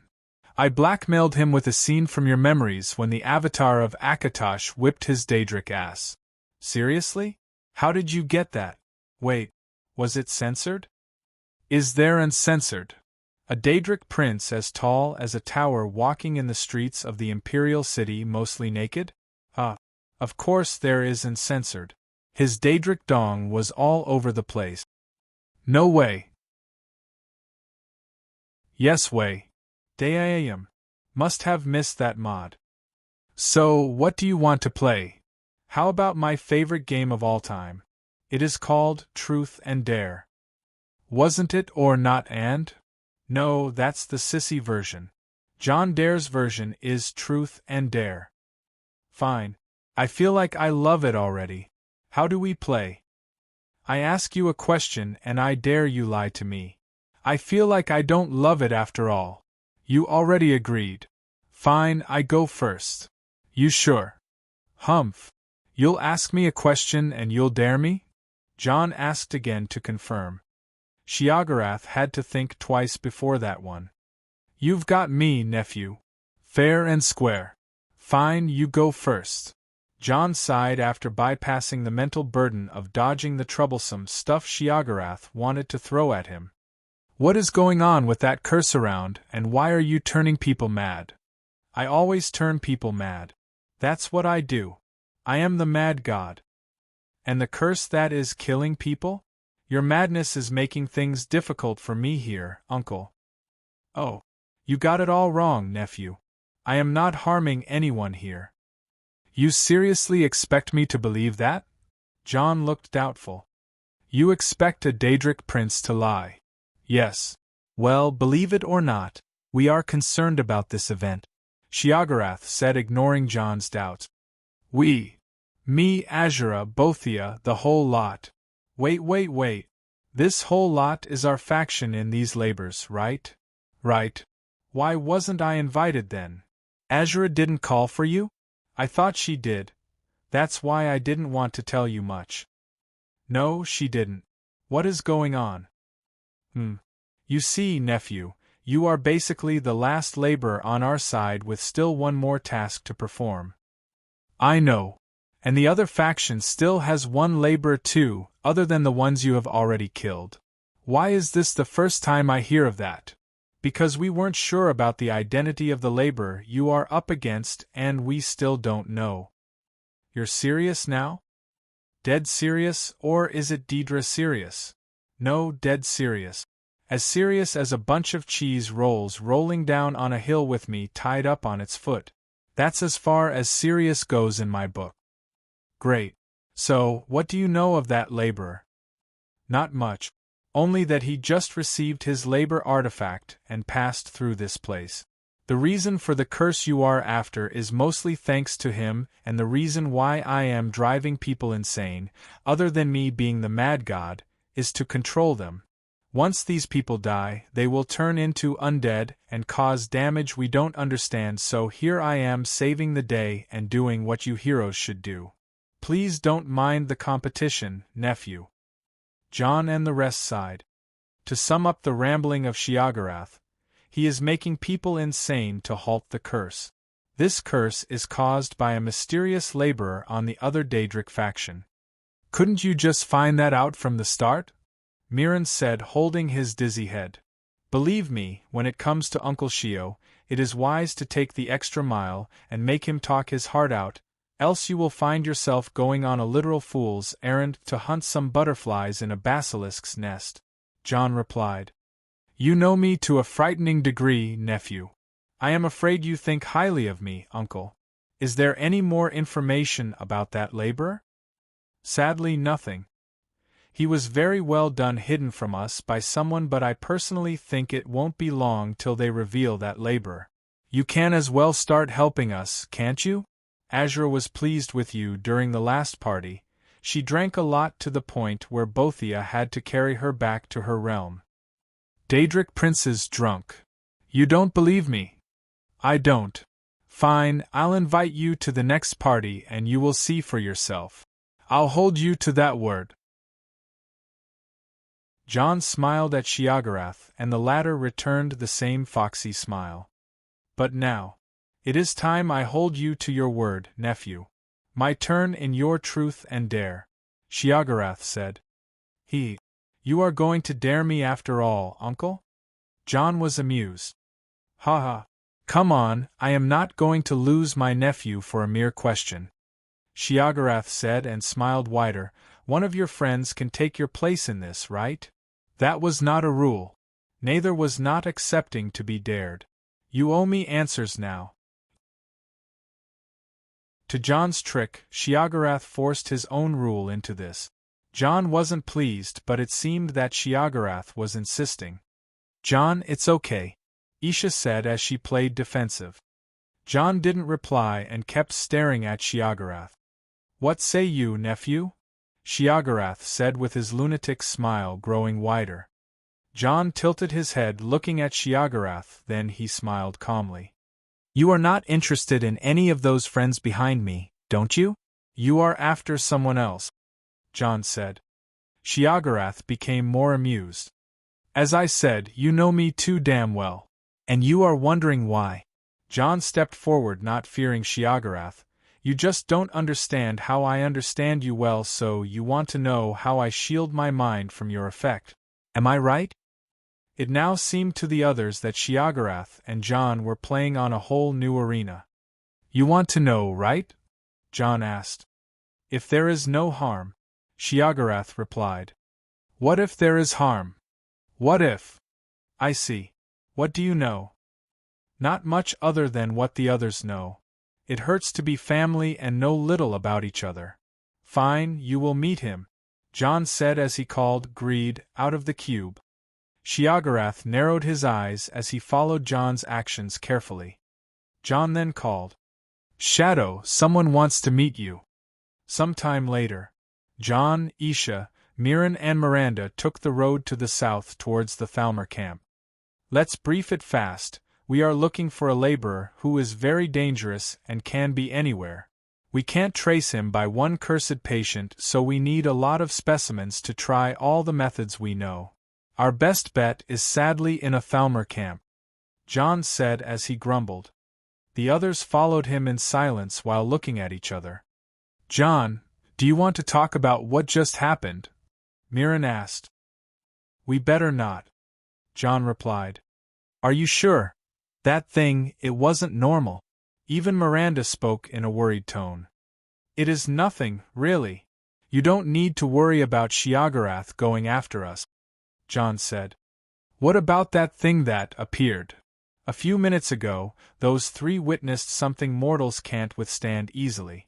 Shadow spoke to Sheogorath in a language that made them shiver before both Sheogorath and Shadow disappearing somewhere together and John recovering Greed. John saw the worry on his friends' faces and sighed. Listen, I truly didn't want you to witness that. What you just heard was from a higher tonal aptitude. Mortals of your level can't possibly comprehend it, and as a person who experienced the tower, I know better. John said, trying to calm them down. When higher existences meet, they don't just converse in the level of mortals. That would be like a first grader attending a quantum physics class. Even John was overwhelmed with the high level of thoughts. He just couldn't put his hand on how Sheogorath figured out Shadow's existence, but Shadow seemed okay with it. It is just impossible to unthink of all that, Miranda said. When someone hears words they know but in a manner they don't get, they are normally confused. Take that to the level of deities and compare to the level of mere mortals, it gets really hard to unthink it. Those who are powerful enough to withstand such an encounter will see through some mysteries of the mysteries of royalty, but those who don't may get traumatized. Listen, I'll explain things to you later as your training goes to the level of establishing the foundations of a peak physical body. Once you start forming a spirit spark like me, you will be strong enough. Right now you may get traumatized and later would cause your ascendance in the Chim to be affected negatively. John said. What on Nern are you rambling about? Mirren asked. What does the Chim has to do with this? Isha asked. Ascending the Tower of Chim is my ultimate goal. Guiding my family through the Chim with me is also part of that goal. You guys are a family to me and I am not leaving you behind, John said. But, we never really thought of climbing the Tower of Chim, Miranda said. Sorry to drop the bomb on you, but that's something you get as a part of the Dare package, John said as he stopped walking and looked back at his team. I know it is overwhelming to drag you into this. If you don't want to do something, I am not pushing you to it. I just want you to have my back as long as we are in this. Something is telling me that my 7th labor is around the corner soon. Fuck it. Just tell us what to do. Mirren sighed and said so. Right now, I want you to forget what you just saw. Any further thinking about it will cause you to get more confused. I will explain it all once the time comes, John said. Fine, Mirren said. I'm good, Isha said. Miranda nodded. Fine. Now to the matter at hand. There is a Thalmor camp we are about to walk in. Any method to walk in there without killing every high elf we see? John asked. Offended, but yes, Mirren said. There is a moon bishop leading the first aid operation from our Star Haven temple. Her name is Zara and she is an Ohmsrot. Oh, never seen one before. Ohmsrot are a Khajiit fur stock that resembles humans and elves the most. They walk on their heels and have tails and light fur. They also paint their faces to appear more Khajiiti. So we have a contact in. How do we enter? Isha asked. We can disguise as adepts, Mirren said. Not enough, Miranda refuted. Actually it is, John said as he took out his stock of transformation potions. Ladies, time to let your inner fluff out. P4 tray 0N. Goal. 5 extra/next. 6. Patreon. com/eldokmizi. Remove. PayPal, plus $10 equals extra. PayPal. me/eldokmizi. Extras by votes. 5,000/8,000. Discord. GG/GKCKVA7S. You're tuning in to the Phoenix Knights YouTube channel. Don't forget to subscribe and join us on this journey to catch the most captivating stories.